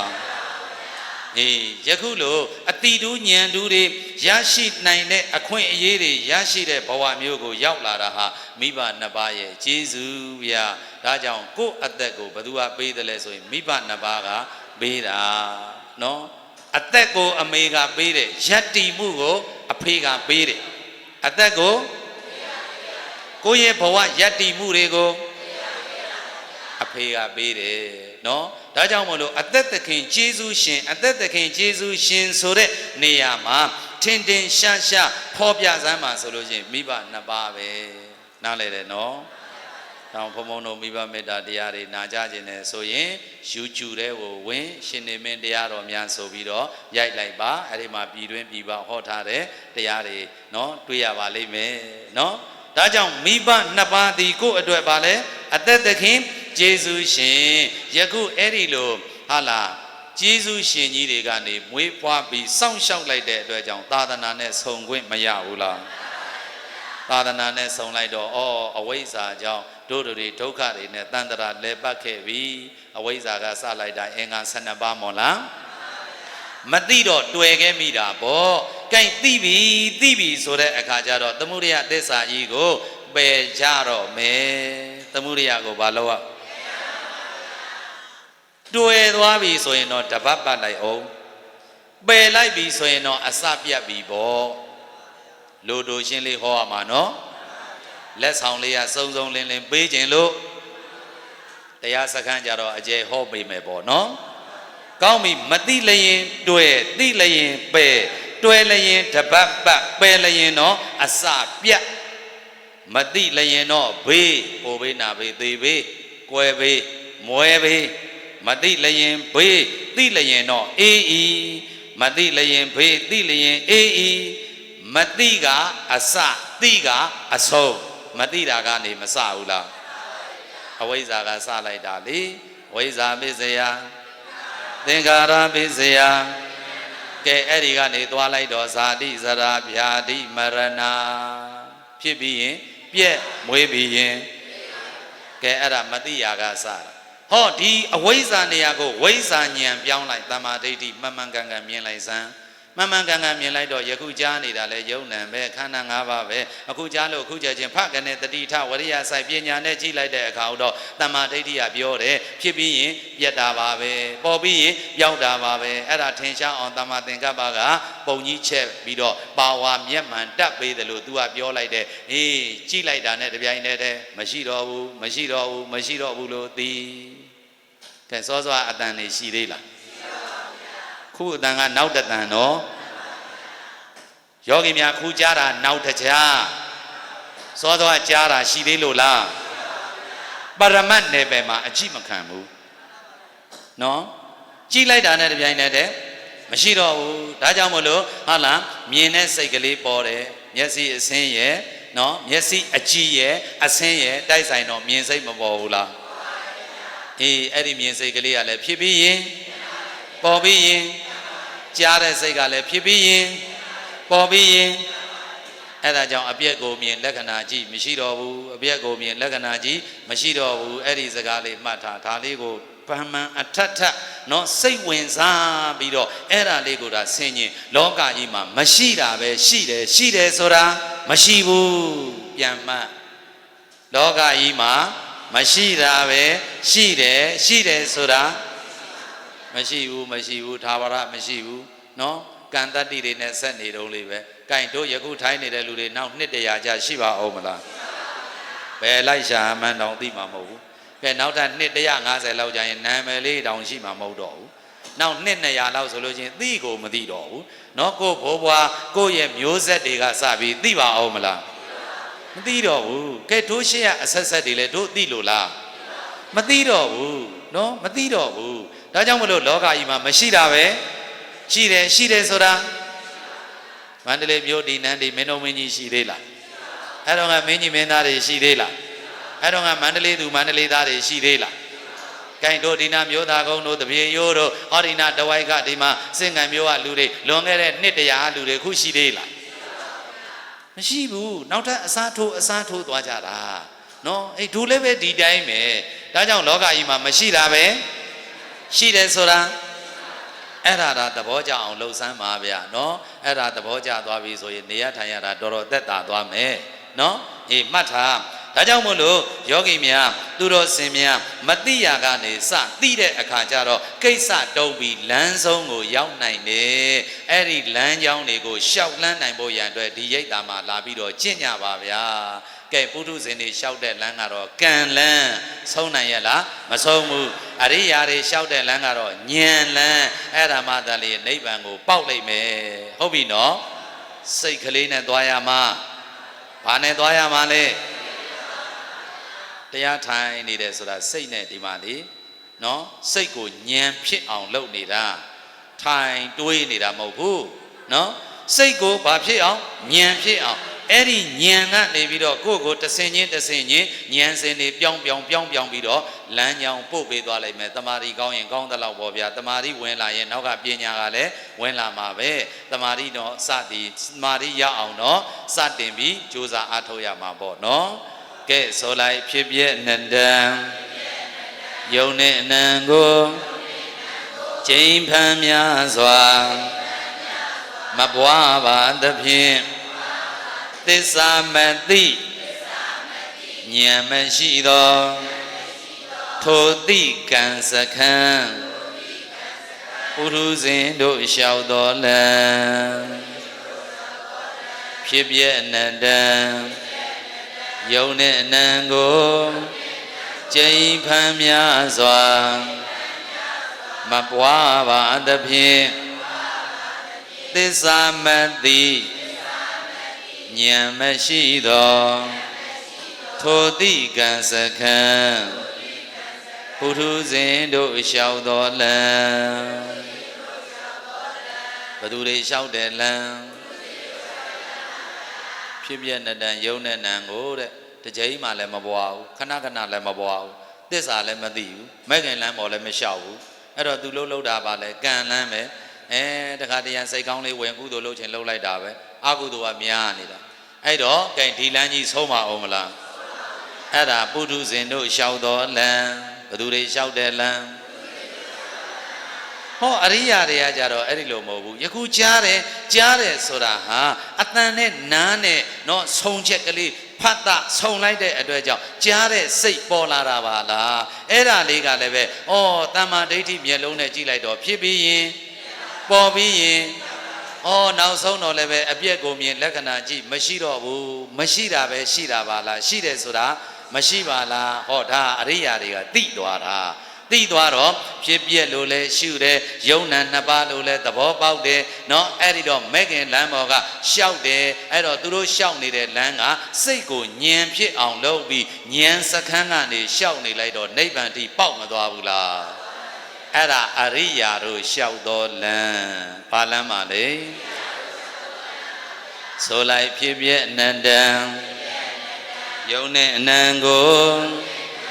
ကျိန်ဖန်များစွာပွားများပါသဖြင့်သစ္စာမြင်သိမဂ္ဂင်ရှိသောထိုသိဉာဏ်စခန်း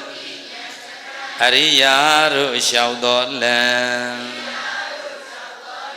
ဘသူတွေလျှောက်အကွာလမ်းပြထားကြရုံပဲရှိသေးတယ်ကိုလျှောက်မှာဟောတဲ့ဘုန်းကြီးရောနာတဲ့သူရောကိုလျှောက်မှာတရားကတရားတယ်ဘယ်သူမှမျက်နှာမလိုက်ဘူးမြတ်စွာဘုရားကလမ်းညွှန်ချက်ပေးတယ်တရားဓမ္မကအာမခံထားတယ်လိုက်နာကျင့်သုံးတဲ့ပုဂ္ဂိုလ်လူလန်းနတ်လန်းသူဂတိလန်းနိဗ္ဗာန်လန်းထိပို့လိမ့်မယ်မလျှောက်တဲ့ပုဂ္ဂိုလ်မကျင့်တဲ့ပုဂ္ဂိုလ်တော့တတ်တာပါပဲသဘောပေါက်ရဲ့လားအဲ့ဒါကြောင့်တရားနဲ့ငယ်သေးတယ်မဆိုင်ဘူးလည်းမလုပ်ပါနဲ့ကိုကြိုက်တာကိုလုံးထားကိုကဘာတွေကြိုက်တော့ဘာတွေလုပ်နေသတော့မစင်းစားလေကိုလုံးထားဘဝဆိုတာစိတ်ရဲ့ပုံရိပ်ဘဝဆိုတာတရေသားလေးဖော်ပြနေပြီနော်ပရိသတ်ကြီးသဘောပေါက်ရဲ့လားကိုဝန်ကိုထံကိုလန်းကိုလျှောက်ကိုအသိဉာဏ်နဲ့ကိုအသိမဥခင်ဉာဏ်ဥပြီးအလုံးလုံးရမယ်ဆိုတာကိုဒီတရားတော်ကဖော်ပြသွားနေတာ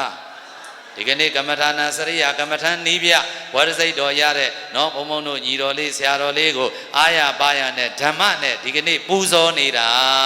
နော်အေးအာမိသားတွေလှူပွဲတန်းပွဲတွေစွန်တကားတွေနော်ဝေယဝေစပြုသူတွေမှအစတန်ဃာတွေလှူဒန်းဖို့မှအစဒီလိုအာမိသားနဲ့လည်းပူဇော်တယ်လို့တရားဓမ္မနဲ့လည်းပဲတို့တွေဟောလို့ပြောလို့လိုက်နာလို့ကျင့်သုံးလို့အာမိသားဓမ္မတွေနဲ့လည်းပူဇော်ပြီးတော့ဓမ္မောဟိဣတိနံတဇောကိုယ်တိုင်ကိုချအားလုံး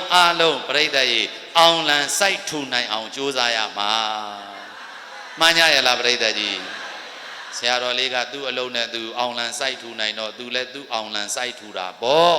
ဘုံဘုံတို့လည်းကိုယ်အောင်လံကိုစိုက်ထူရမှာပေါ့ယောဂီများသူတော်စင်များလည်းကိုယ်ဒါနကိုယ်သီလကိုယ်ဘာဝနာကိုယ့်ရဲ့လုံးဆောင်ချက်တွေနဲ့ကိုယ်ဘဝအတွက်ကိုယ်တိုင်အောင်လံပါလို့လဲစိုက်ထူရမှာမှန်ကြရလားပြိတ္တကြီးအားဒါဆိုလို့ချင်းအောင်လံလွင့်တလူအောင်လံလွင့်တလူနဲ့ပြိတ္တကြီးအပြန်လန်းဝမ်းနေเสียလိုသေးလားသို့တော့ကိုလုံးမှာမလုပ်ဘဲနဲ့တော့မရပါဘူးဒါကြောင့်မို့လို့စိတ်တွေကိုပြင်ဖို့ရန်အတွက်ဒီမှာကိုယ့်ရဲ့ဘဝကောင်းလေးတွေကိုဟုတ်လားစိတ်ကထုတ်လုပ်ပြီးတယ်အဲ့ဒါကြောင့်မို့လို့ဘဝဆိုတာစိတ်ရဲ့ပုံရိပ်ပါပဲကွာဘဝကောင်းဖို့စိတ်ကောင်းရှိမှတော်မယ်စိတ်ညံ့ရင်ဘဝကြီးလဲညံ့သွားနိုင်တယ်စိတ်တန့်မှလည်းဘဝကတန့်လာမယ်ကဲအဲ့ဒါကြောင့်ပြိတ္တကြီးရေနော်တရားအစီအနှစ်ကလေးတွေကိုချုပ်ကြစို့ဒါဟာမှားရန်တော်လို့မှတ်ထားနော်ပေးနိုင်တဲ့စိတ်ဟာချမ်းသာတဲ့စိတ်ပဲပေးနိုင်တဲ့စိတ်ဟာကိုပြန်မေးပေါ်ဗျာငါဘယ်လောက်ထိပေးနိုင်ပြီလဲနော်ပေးနိုင်တဲ့စိတ်တော်တော်များများရှိလိုက်ငါတော်တော်ချမ်းသာပြီလို့တာမှတ်ထားနော်ရှိတာနဲ့မရောနဲ့နော်ရှိတာကလည်းဒုက္ခပဲမရှိလဲဒုက္ခပဲအဲ့ဒီကဒုက္ခပြီးဒုက္ခပဲအဲ့ဒါတွေဒီမှာမဟောဘူးဟောနေတာမဟုတ်ဘူးရှိတာမရှိတာနော်အဲ့ဒါတက္ကဏယခုဟောနေတာကပေးနိုင်တဲ့စိတ်သည်ချမ်းသာတဲ့စိတ်မပေးနိုင်ဘူးဆိုလို့ရှိရင်အဲ့ဒါမွဲတဲ့စိတ်ပဲပစ္စည်းရှိတာမရှိတာဒါအဓိကမဟုတ်ဘူးနော်ကဲပြန်ပြောပါမယ်ပေးနိုင်တဲ့စိတ်သည်မပေးနိုင်တဲ့စိတ်ကအဲ့တော့ပေးနိုင်သောစိတ်ကကိုယ့်ရဲ့စိတ်ထားကိုမြင့်ပေးတာပေးနိုင်တဲ့စိတ်ကကိုယ့်ရဲ့စိတ်ကိုဘာဖြစ်ပေးစားရှိမှပေးနိုင်တာဟောမလေးစွန့်လွတ်စားရှိမှအစမလုပ်လို့ရှိရင်တော့အမလေးမပေးနိုင်ဘူးအိတ်ထောင်ထဲကြီးထဲနေမှာနော်အဲ့ဒါနော်ဒါကြောင့်မို့လို့အစလုပ်မှသာလေပေးတဲ့အစာလေးလှုပ်ထားရင်ကိုကပေးတဲ့ဘက်ကပဲနေချင်တာ။အိုးဘယ်နာဘလို့လေးပေးလိုက်ရရင်ကောင်းမလဲဘယ်နာဘလို့လှူရရင်ကောင်းမလဲငါဒီနာဒီလိုလှူလိုက်ရင်ဘလို့အကျိုးများသွားတာဆိုပြီးတော့လေအဲ့ဒါယူထားမယ်ကုတ်ထားမယ်သိမ့်ထားမယ်ဆိုတဲ့စိတ်ကနောက်ရောက်သွားပြီ။တော့ပေးခြင်းတဲ့စိတ်ကရှေ့ရောက်သွားပြီ။အဲ့တော့ကုသိုလ်မရဘူးလား။ရတာဗောအဲ့ဒါကြောင့်စိတ်ကိုပြင်ဖို့ဒီကနေ့ဟောတာလေဘဝဆိုတာဘာရဲ့ပုံရိပ် ကဲမပေးဘူးဖေဟာ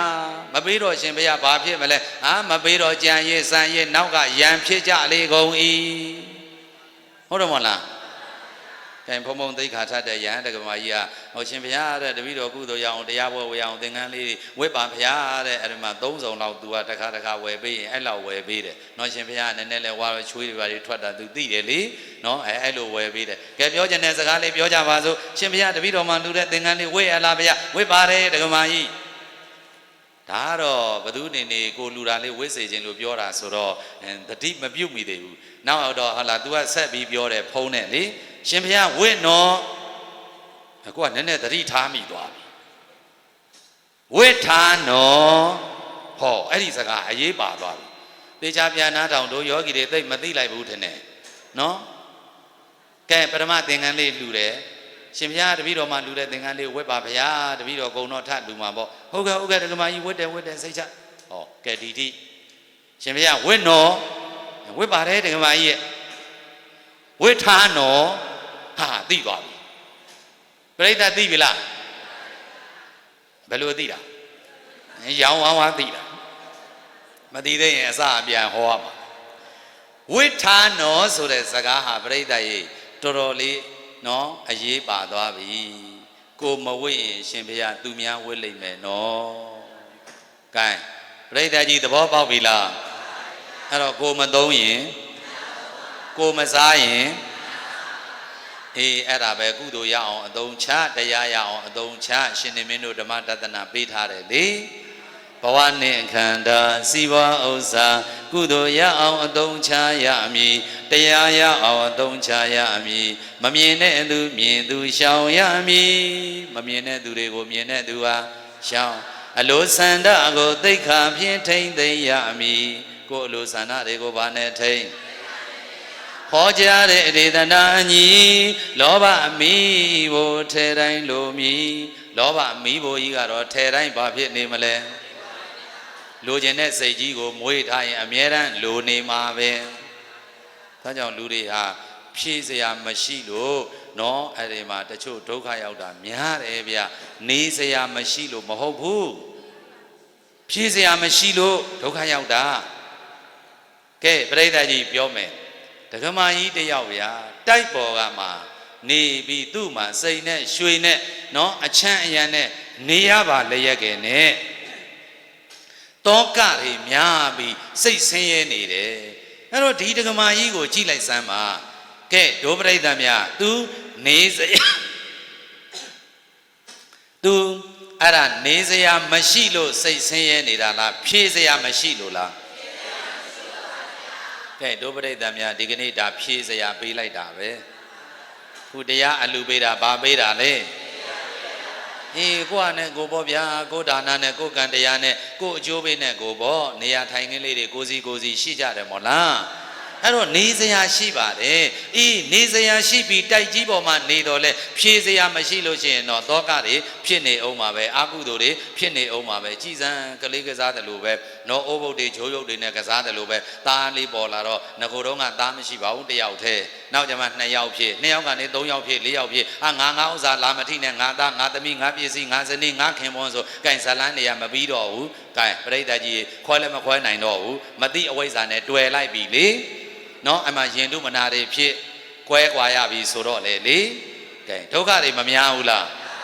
အဲ့တော့သားလေးတယောက်မွေးထားသားအတွက်တသက်လုံးကိုအချိန်ပေးလိုက်ရတာဗျာသမီးလေးမွေးထားသမီးအတွက်တသက်လုံးကိုအချိန်ပေးလိုက်ရတာဇနီးရှိတော့ဇနီးအတွက်ခင်ပွန်းရှိတော့ခင်ပွန်းအတွက်ကဲမပေးရဘူးလား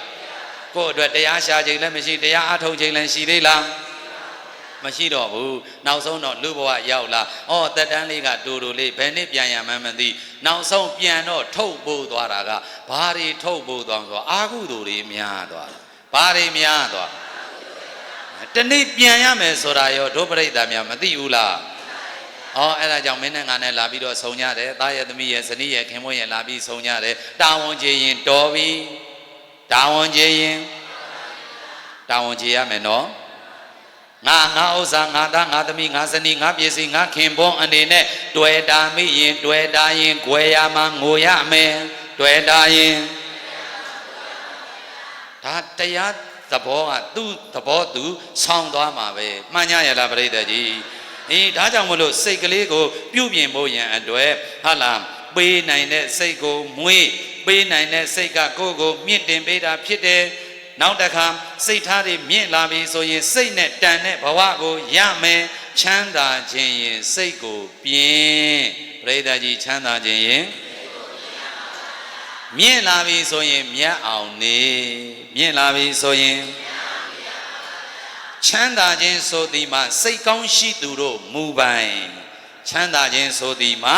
စိတ်ကောင်းရှိသူတို့မူပိုင်စိတ်ကောင်းရှိသူအတွက်ပျော်ရွှင်ခြင်းဆုလက်တွေကအသင့်ကြိုနေလိမ့်မယ်ကဲပရိသတ်ရေစိတ်ကောင်းရှိသူအတွက်ပျော်ရွှင်ခြင်းဆိုတဲ့ဆုလက်တွေကအသင့်စောင့်ကြိုနေပါလိမ့်မယ်ဗျာမှန်ကြရဲ့လားကဲဒါဆိုလို့ရှိရင်ဒီကနေ့ခုနဝိသိဒပူဇာပွဲမှာအလုံးတော်သူတော်ကောင်းများစိတ်ထားတွေပြုပြင်လို့လူသစ်စိတ်သစ်ဖြစ်ခြင်းရင်တို့ပရိသတ်များစိတ်ကိုပြင်လူသစ်မူသစ်စိတ်သစ်ပွင့်သစ်တွေဝေသွားအောင်ပရိသတ်ရေဘာကိုပြင်ရမလဲချမ်းသာခြင်းရင်စိတ်ကိုပြင်ပရိသတ်ကြီးပါတယ်လေဒါဆိုရင်တို့ပရိသတ်များစိတ်ကိုအတိတ်မှမပိတ်မိပါစေနဲ့အတိတ်ကိုပြန်တွေးပြီးတော့စိတ်လေးမနေပါစေနဲ့ပစ္စုပန်မှာအကောင်းဆုံးလှုပ်ဆောင်ပစ္စုပန်မှာအကောင်းဆုံးဘာဖြစ်လဲအနာဂတ်အတွက်ပူပန်သောကတွေများမနေပါနဲ့ဟာလားအနာဂတ်အတွက်ပူပန်သောကတွေကြိုတွေးပြီးတော့စိတ်လေးမနေပါစေနဲ့ပစ္စုပန်နာအကောင်းဆုံးလှုပ်လိုက်စမ်းပါပရိသတ်ကြီးအနာဂတ်အတွက်အပူသောကတွေနဲပါသွားပါလိမ့်မယ်မရောက်သေးတဲ့အနာဂတ်နော်ဖြစ်မလာသေးတဲ့အနာဂတ်ကိုတွေးပြီးတော့မပူနဲ့ယခုဒီမှာရှုွက်လှုပ်ွက်ပေးနေတယ်နော်ရှုွက်ကဘယ်လိုပေးလဲခုမြင်ရင်ခုချက်ချင်းကြည့်လိုက်ခုကြားရင်ခုချက်ချင်းကြည့်လိုက်မရှိတော့တာကိုသိလိုက်မြင်တာကြားတာတွေအကုန်လုံးဖြစ်ပြီးရင်ပြဲပေါ်ပြီးရင်ပြောင်းအဲ့ဒါဝိပဿနာရှုွက်ယခုလှုပ်ွက်ပေးနေတယ်အတိတ်ကိုလည်းမတွေးနဲ့အနာဂတ်ကိုလည်းမျှော်မှန်းပြီးတွေးမနေနဲ့ပစ္စုပန်ကိုအကောင်းဆုံးလှုပ်ဆောင်သွားအတိတ်ကနော်မကျေနပ်ချက်တွေလည်းသဲမလာနဲ့နော်အနာဂတ်ကိုမှန်းပြီးတော့လဲစိတ်လေးမနေနဲ့ကံယခုလှုပ်ွက်ပေးပါတယ်ပစ္စုပန်မှာအကောင်းဆုံးလှုပ်ဆောင်သွားပါဘာလုပ်ရမလဲဒါဆိုရင်တို့ယောဂီသူတော်စင်များရဲ့ဘဝမှာပူလောင်မှုတွေဝမ်းနဲ့ကြေကွဲမှုတွေခံစားရတာတွေအလုံးဟာငါတို့ရဲ့စိတ်ကပဲဖန်တီးနေတာပါလားဆိုတာစိတ်ကိုသိသွားလိမ့်မယ်နော်စိတ်ကိုသိသွားပြီဆိုရင်ဒီစိတ်ကိုတည်ငြိမ်အောင်ထိန်းနိုင်လိမ့်မယ်ယဉ်ကျေးအောင်ထိန်းနိုင်လိမ့်မယ်စိတ်ကနေဉာဏ်ဖြစ်ပြီးတော့ဝိပဿနာဉာဏ်စင်တွေတက်သွားအောင်လုပ်နိုင်လိမ့်မယ်တလုံးနဲ့ပြောမတည်ငြိမ်တဲ့စိတ်ကိုဟာလားတတိနဲ့ထိန်းနိုင်သွားလိမ့်မယ်မတည်ငြိမ်တဲ့စိတ်ကိုအဲ့ဒါမှတ်ထားနော်အဲ့တော့မထိန်နိုင်တဲ့အတွက်ကြောင့်မို့လို့နော်လောကဇက်ခုံကကြိုးစုံခဲ့ရတဲ့အတွက်ကောင်းကျိုးဆိုးပြစ်တွေဟာလားအများကြီးရှိခဲ့တယ်ဆိုတာတွေလည်းသုတ်တန်တရားဝတ္ထုဇက်ကြောင်းနေနဲ့ဘုံဘုံတို့အများကြီးဟောထားတာရှိပါတယ်ဒီနေရာမှာတိတာယုံလေးမှတ်တမ်းတင်လေးတစ်ခုပြောချင်ပါတယ်နိကြောဓာယုံကျောင်းမှာမြတ်စွာဘုရားတရင်သုံးလုံးကအရှင်အနုရုဒ္ဓမထေရရဲ့နှမတော်ရောဟိနီသူမှာနုနာယောဂဆွဲမောင်တော်ကြီးဖရာကြွလာပြီးတော့ရှစ်မခိုးဝင်ဘူးဟဲ့နှမတော်ရောဟိနီပဲရောက်နေတယ်လဲခေါ်လိုက်စမ်းဒီလိုဒီအကြောင်းပါပဲဖရာအဲ့ဒါနင့်ကံကြောင့်ပရိသတ်ကြီးယခုလိုသူနုနာယောဂဆွဲပြီးတော့နေတာဘု து ကံကိုလှုပ်ခဲ့တဲ့ကံကြောင့်ပဲအဲ့ဒီတော့လာခဲ့အဲ့တော့ဒီဝကျွေးတွေဒီကံကျွေးတွေကိုကုသိုလ်နဲ့ဆက်ရမယ်ဆိုပြီးတော့အဲ့ဒီမှာရောဟိနီကိုမောင်တော်ဖြစ်တဲ့အရှင်အနုရုဒ္ဓမထေရကဇယတ်တဆောင်နော်ဆွမ်းစားကြောင်းဆွမ်းစားဇယတ်တဆောင်နော်ကြောင်းတဆောင်ဆောက်ပြီးတော့လှူခိုင်းလိုက်တယ်အဲ့ဒီကုသိုလ်ကိုပြုနင်းပိုင်တဲ့နင်းရဲ့လက်ဝတ်ယရနာသူပိုင်တဲ့သူဝတ်နေတဲ့နော်လက်ဝတ်ယရနာတွေရောင်းပြီးတော့လှုပ်ကိုကုသိုလ်ဖြစ်အောင်လေအဲ့ဒါတွေနဲ့ရောင်းပြီးတော့အကြောင်းဆောက်စွန်စားဇယက်ဆောက်အဲ့ဒီလိုမောင်တော်ဘုရားမိန်တော်မူတဲ့အတိုင်းစွန်စားဇယက်ဆောက်ပြီးတော့လူသူကိုယ်တိုင်ပဲတပြက်စီလဲတာစပြီးတော့ဝေယဝဲစတွေလှုပ်ဘုရားမှုရှိတဲ့တန်ဃာတွေကိုပင့်စွမ်းကြွေးတရားနာကုသိုလ်ကောင်းမှုတွေလှုပ်အဲ့ဒီလိုနဲ့ဟာတိုင်းမှာတရားတွေနာကုသိုလ်ကောင်းမှုတွေပြုရင်မြတ်စွာဘုရားကသူ့ရဲ့ရှေးအကြောင်းကိုဟောတယ်ချစ်သမီးရှေးအခါဗာရာဏသီမင်းကြီးရဲ့မိဖုရားကြီးဆိုတာသင်ပဲပေါ့က ကဲရှေးတုန်းကပြိဿရေတာမန်လူလားမိဖုရားကြီးလားမိဖုရားကြီးအဲ့ဒီမိဖုရားကြီးဖြစ်တဲ့အခါကျတော့မောင်းမငယ်တယောက်ကိုအနိုင်ကျင့်ပြီးမာနတွေဒေါသတွေနဲ့လေမနာလိုဝန်တိုမှုတွေဖြစ်ပြီးတော့ဟာလာမင်းကြီးကဒီမောင်းမနော်ကခြေတယ်မလေးကိုမျက်နှာသာပေးတယ်လို့နော်စိတ်ထဲမှာမနာလိုစိတ်ဝန်တိုစိတ်တွေနဲ့မာနတွေဒေါသတွေထမ်းပြီးတော့သူ့ကိုဟာလာရာယံစေတတ်တဲ့နော်ဟာလာရာယံပြီးအဖို့တွေအပိတ်တွေထသွားအောင်ဆိုပြီးတော့သူအိတ်တဲ့အိယာပေါ်မှာရာစေတတ်တဲ့အမှုန့်တွေဖြူပြီးတော့အဲ့ဒီလိုမကောင်းကြံစီခဲ့တယ်ပေါ့ဗျာကဲပရိသတ်ကြီးရေအဲ့ဒီတုန်းကအဲ့ဒီစိတ်နဲ့လှုပ်ခဲ့တဲ့နော်အဲ့ဒီစိတ်ကနေပြီးယခုဘဝမှာကြည်စံကုဋ္ဌနုနာယောဂတဲ့ဘဝကြီးကိုထုတ်လုပ်ပေးလိုက်တာဒါကြောင့်ဘဝဆိုတာဘာရဲ့ပုံရိပ်အဲ့ဒီတော့မှသူလည်းပဲတရားကြပြီးတော့အော်ငါမိုက်ခဲ့ပြီတဲ့ဆိုပြီးမကောင်းတာမထားသင့်ဘူးမလုပ်သင့်ဘူးဆိုပြီးတော့မာနကိုပယ်နိုင်ခဲ့တယ်ဒေါသကိုပယ်နိုင်ခဲ့တယ်အဲ့ဒီလိုမာနတွေဒေါသတွေကိုပယ်ပြီးတော့ပြိဿရေပါရမီအလျောက်ပါလာခဲ့တဲ့အခါကျတော့တရားအားထုတ်ရင်ရှူရင်မှန်ရင်နာရင်ဟာလာပွားများရင်အားထုတ်လိုက်တာသောတာပန်တည်သွားတယ်ဘာတည်သွားဒါကြောင့်မလို့စိတ်ကောင်းထားနိုင်မယ်ဆိုရင်ဘယ်အာယုန်နဲ့ပဲဆုံဘယ်လိုအဖြစ်ပြက်မျိုးတွေနဲ့ပဲကြုံပရိသတ်ရေစိတ်ကောင်းထားနိုင်မယ်ဆိုရင်ကိုယ်လည်းစိတ်ချမ်းသာပါတယ်ကုသိုလ်လည်းရပါတယ်မရဘူးလားဒါဆိုရင်ကိုလှုပ်တဲ့အလုပ်တိုင်းမှာပရိသတ်ရေမေတ္တာတရားပါဖို့လိုတယ်ဘာပါရမယ်ပရိသတ်ကြီးတရားဏီကုံချုပ်တော့မှာပါဒါလေးမှတ်ထားပါကိုလှုပ်တဲ့အလုပ်တိုင်းဘာပါရမယ်ကောင်းပြီပစ္စုပန်တိုင်းပစ္စုပန်တိုင်းအကောင်းနေကြီးလုံနေဖို့လိုတယ်ပစ္စုပန်တိုင်းပြိဿရေဘာတွေလိုတယ်အရင်နီးဆိုတာပြိဿရေတထာနဲ့ပညာပဲဗျအရင်နီးဆိုတာကဲဒီပွဲမှာကုသိုလ်တွေရဖို့နော်တပည့်တော်တို့သူများတွေလှူတယ်လို့မလှူနိုင်ဘူးဗျာဆိုပြီးစိတ်အားမငယ်နဲ့တထာပညာပါရင်ရပြီတရားတရားရှိတယ်အသိပညာရှိတယ်ဒါဆိုလို့ရှိရင်ကဲဒီပွဲနဲ့ဆက်ဆက်တဲ့ကုသိုလ်တွေမရဘူးလားဒါကြောင့်အရင်နည်းဆိုတာတရားပညာပါပဲအဲ့ဒီလိုအရင်နည်းတွေနဲ့ယဉ်နီးပြီးတော့မြင့်မြတ်တဲ့သူတော်ကောင်းတွေရဲ့အလုပ်ကိုလုပ်ပါ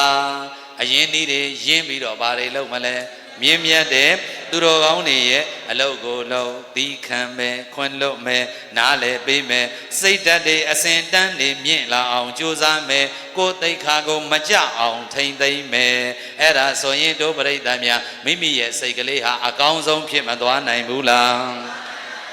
အကောင်းဆုံးဖြစ်ရင်စိတ်ကောင်းတော့ဘဝကောင်းစိတ်ချမ်းသာတော့စိတ်တန့်တော့စိတ်ရှင်းတော့ဒါကြောင့်ဘဝဆိုတာဘာပုံရိပ်ကဲအလုံးသဘောပေါက်ပြီလားကဲဆိုလိုက်အာကိုရအမဖရာတရားတန်ခါအလုံးကျွေးပြူရမမိဘနဲ့ဆရာကျင့်ကြံရမသီလသိက္ခာသမာဓိသိက္ခာပညာသိက္ခာအာကိုရအမဖရာတရားတန်ခါအလုံးကျွေးပြူရမမိဘနဲ့ဆရာကျင့်ကြံရမသီလသိက္ခာသမာဓိသိက္ခာပညာသိက္ခာဤတရားဒေသနာတော်ကိုနာကြားရတဲ့ဓမ္မမိတ်ဆွေသူတော်စင်ပေါင်းတို့သည်အာကိုစရာအစစ်အမှန်ယရဏသုံးပါးဥထိဋ္ဌလို့အသက်သခင်ယေရှုရှင်မိဘဆရာသမားတွေကိုလည်းပဲအချိန်မီအခါမီပြုစုလုံကျွေးနိုင်ကြတဲ့သားကောင်းသမီးမြတ်တပည့်ကောင်းတပည့်မြတ်တွေလည်းဖြစ်ကြပါစေမိမိတို့ရဲ့အမျိုးဘာသာသာသနာကိုလည်းစောင့်ရှောက်ထိမ့်သိမ့်နိုင်ကြတဲ့ပုဂ္ဂိုလ်တွေဖြစ်ကြပြီလျင်သီလသိက္ခာသမာဓိသိက္ခာပညာသိက္ခာဆိုတဲ့သိက္ခာတရားတွေကျင့်ပြီးမိမိတို့ဒီကနေ့ခုနဝိသိက္ခာပူဇာသမင်မှာလာရောက်ကြွရောက်ပူဇော်ကြတဲ့ပုဂ္ဂိုလ်တို့ရဲ့လက်အုပ်တစ်စုံသည်သိက္ခာရှိသောလက်တစ်စုံသီလရှိသောလက်တစ်စုံသမာဓိရှိတဲ့လက်တစ်စုံပ ပညာနဲ့ပြည့်စုံတဲ့စိတ်ကောင်းရှိတဲ့လက်တစုံဖြင့်အာမိတာပူဇာဓမ္မပူဇာနှဖျားသောပူဇာတို့ဖြင့်ပူဇော်ကြောပန်းဆင်နိုင်ကြပါစေဟုပဋ္ဌာနာစုအခါကပြုလျက်သာဓုတံအောင်နမိတ်ဖြင့်အောင်ဘိသိက်သွန်းနိုင်ကြပါစေကုန်သတည်း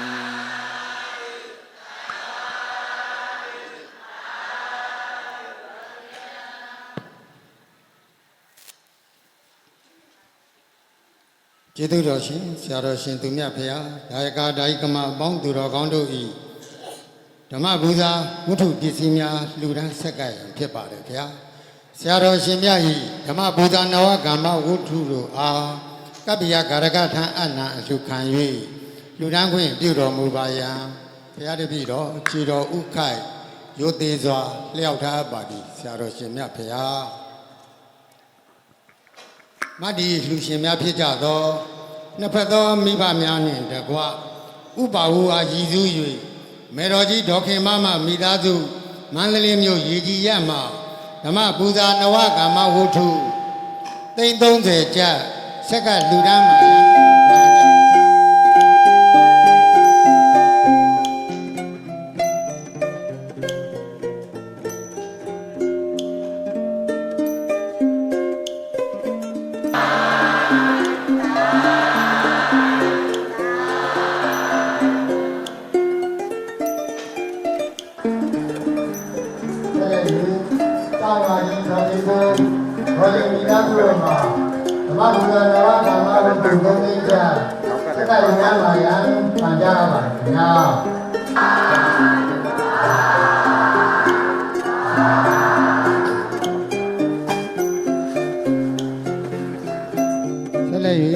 ကျောင်းဒါယကာကြီးဦးကျော်စိုးဝင်း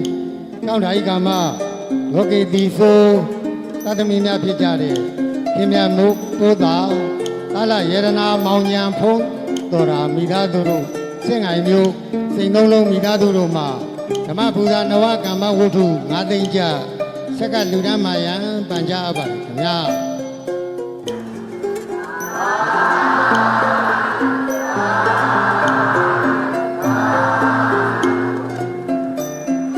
ဆက်လက်၍ဖခင်ကြီးဦးဖိုးခိုင်တာသမီများဖြစ်ကြတဲ့ဦးကျော်လွင်ဒေါ်မာကြီးတရေရိုးမိသားစုတို့မှာဓမ္မပူဇာနဝကမ္မဝတ္ထု3သိန်းကျဆက်ကလူတန်းမာယံပန်ကြားအပ်ပါတယ်ခင်ဗျာ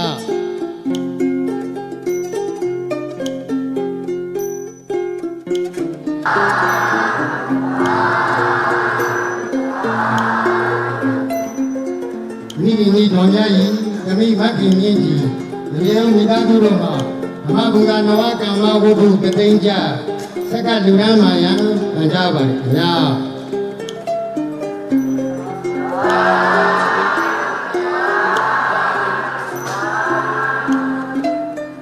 ခဏလေးပါလေကဲဖခင်ကြီးဦးအောင်ကိုယေရှုပြီးမိခင်ကြီးတော်မြတ်ကြီးကိုဥထိတ်မှာထားလျက်သမီးဖြစ်သူတော်ခင်မြင့်ကြီးက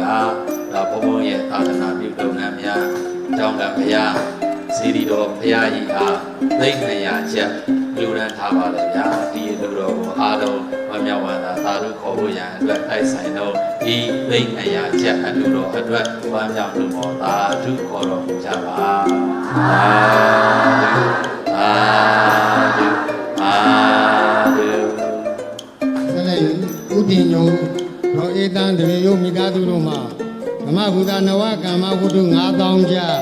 ဆက်ကလူတန်းရန်ပန်ကြားပါတယ်ခင်ဗျာ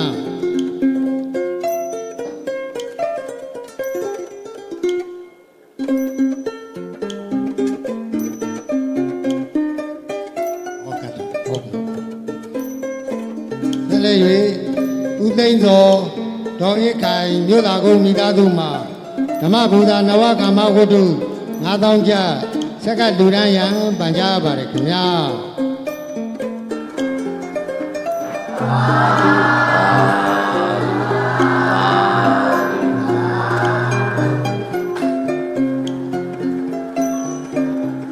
အောင်တော်ကြီးရွာရဟန်းပိဋကများအများကောင်းမှု2,500,000ကျအားဆက်ကလူတန်းရန်ပန်ကြားပါတယ်ခင်ဗျာာ လက်၍ရွှေကြီးမြင့်ယောဂီများအများကောင်းမှုဓမ္မဗုဒ္ဓနဝကမ္မတသိန်းတစ်သောင်းကြအားဆက်ကလူတန်းမာယံဖိတ်ကြားပါတယ်ခင်ဗျာ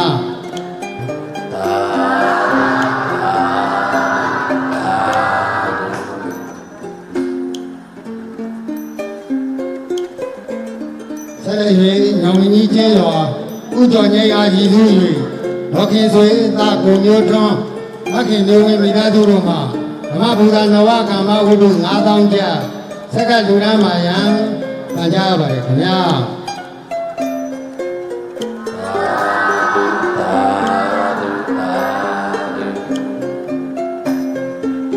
ယနေ့တရားနာပိဋကပေါင်းသူတော်ကောင်းတို့၏အများကောင်းမှု4,2500ကျပ်အားကုညွန့်လွယ်မှကိုစားပြု၍ဘုရားပေးပါရန်ပန်ကြားပါတယ်ခင်ဗျာဆ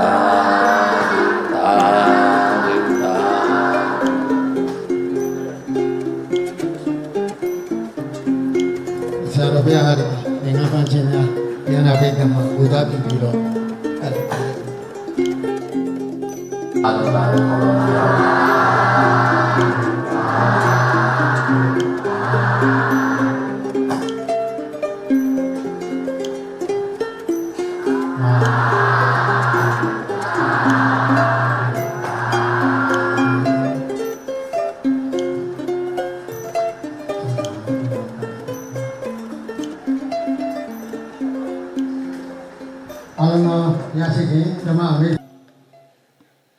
ကမ္မထာနံစရိယ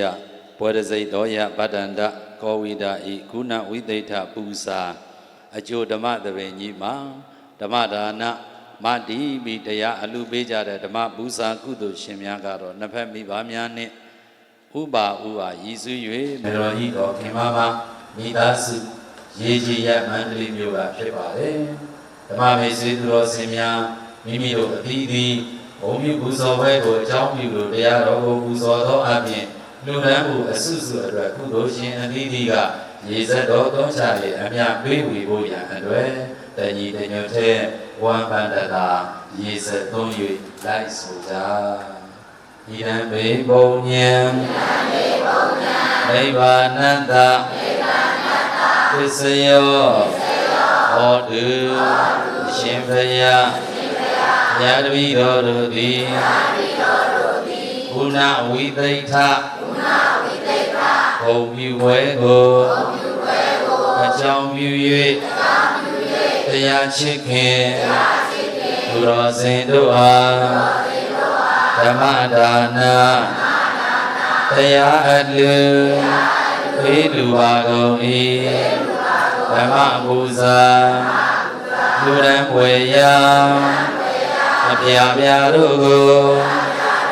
တရားတော်အားပူဇော်ကြပါကုန်၏ဤကောင်းမှုသည်သစ္စာတိသောဘောရိညာ၏အထောက်အပံ့ဖြစ်ပါစေတည်းဤကုသိုလ်၏အဖို့ဘာကကိုရှိရှိဘဝယခုဘဝတော်စံကြရကုန်သောအမိအဖအဖိုးအဖွာဆရာသမားအစာထား၍အလုံးသောပုဂ္ဂိုလ်တ attva တို့အားအမြဘေဝေပါ၏အထုအဖြင့်ဤနေရာဤဌာနဤကျောင်းတိုင်းဤရရွာဤနယ်ပယ်ကိုအဆက်ဆက်ကပိုင်သာကြသောစောင့်ရှောက်ကြသောနတ်မြတ်နာကောင်နတ်ပေါင်းတို့နှင့်တကွာဘုရားတပည့်တော်တို့၏ကုသိုလ်ကောင်းမှုကိုမျှော်လင့်နေကြသောမြင်အပ်မမြင်အပ်တရားများစွာသတ္တဝါတို့အားအမြတ်ဘေဝေပါ၏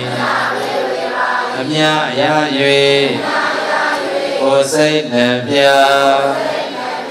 လူအိဆာဖြင့်ဤကကျွဲဝါချမ်းသာကြသည်ဝမ်းသာကြသည်ဖြစ်ကြပါစေသောအားလုံးကြာကြာသမျှကုသိုလ်အမြတ်ယူတော်မူကြပါကုန်လောအာတုအာတုအာတုအားလုံးကြာကြာသမျှကုသိုလ်အမြတ်ယူတော်မူကြပါကုန်လောအာတုအာတုအာတုအားလုံးကြာကြာသမျှကုသိုလ်အမြတ်ယူတော်မူကြပါကုန်လောအာတုအားလုံးငြိမ်းချမ်းသာရတော်မူကြပါစေ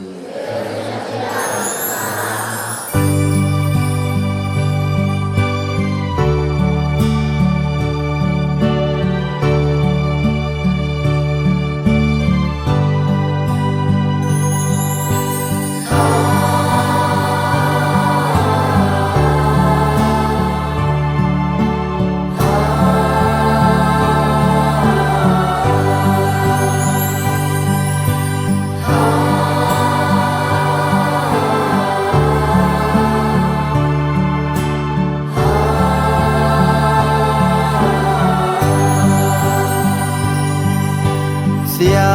တော်ရဲ့တရားနာပိသတ်တွေကျမ်းမာရွှင်လန်းကြပါစေကျမ်းမာရွှင်လန်းကြပါစေ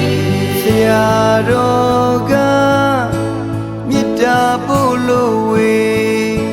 ပေးပြာကွာဝေးကြပါစေပေးပြာကွာဝေးကြပါစေကိုယ်စိတ်နှပြချမ်းသာစေ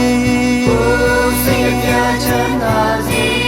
ဝမ်းနဲ့ဆန္ဒတထတဲ့ကြစေဝမ်းနဲ့ဆန္ဒတထတဲ့ကြစေဗျာမမေတရားတွေ့အပြည့်သူများဖြစ်ပါစေ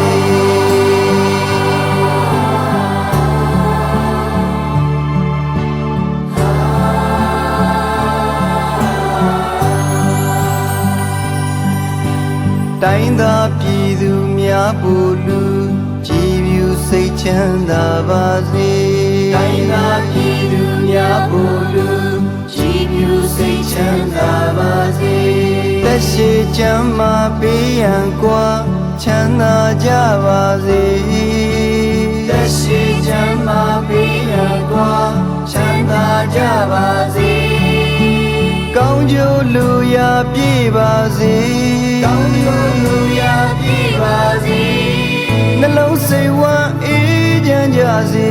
နှလုံးစိတ်ဝမ်းအေးချမ်းကြစေရှင်နေမင်းရဲ့မေတ္တာတရားတွေခံစားနိုင်ပါစေအလုံးစုံများစွာတတ္တဝါချမ်းသာကိုယ်စိတ်ငြိမ်ကြပါစေ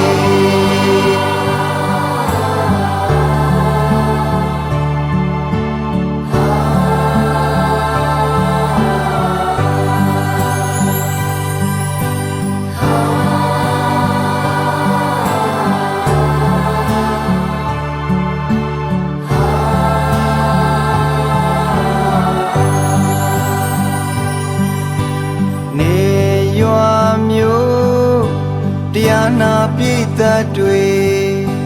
ကျမ်းမာရွှင်လန်းကြပါစေ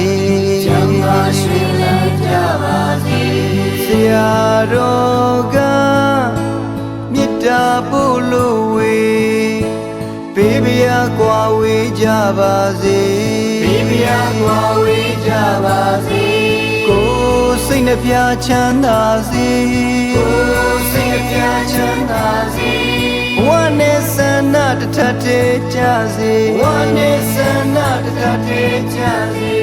ဗျာမမေတရားတွေ့အပြည့်သူများဖြစ်ပါစေ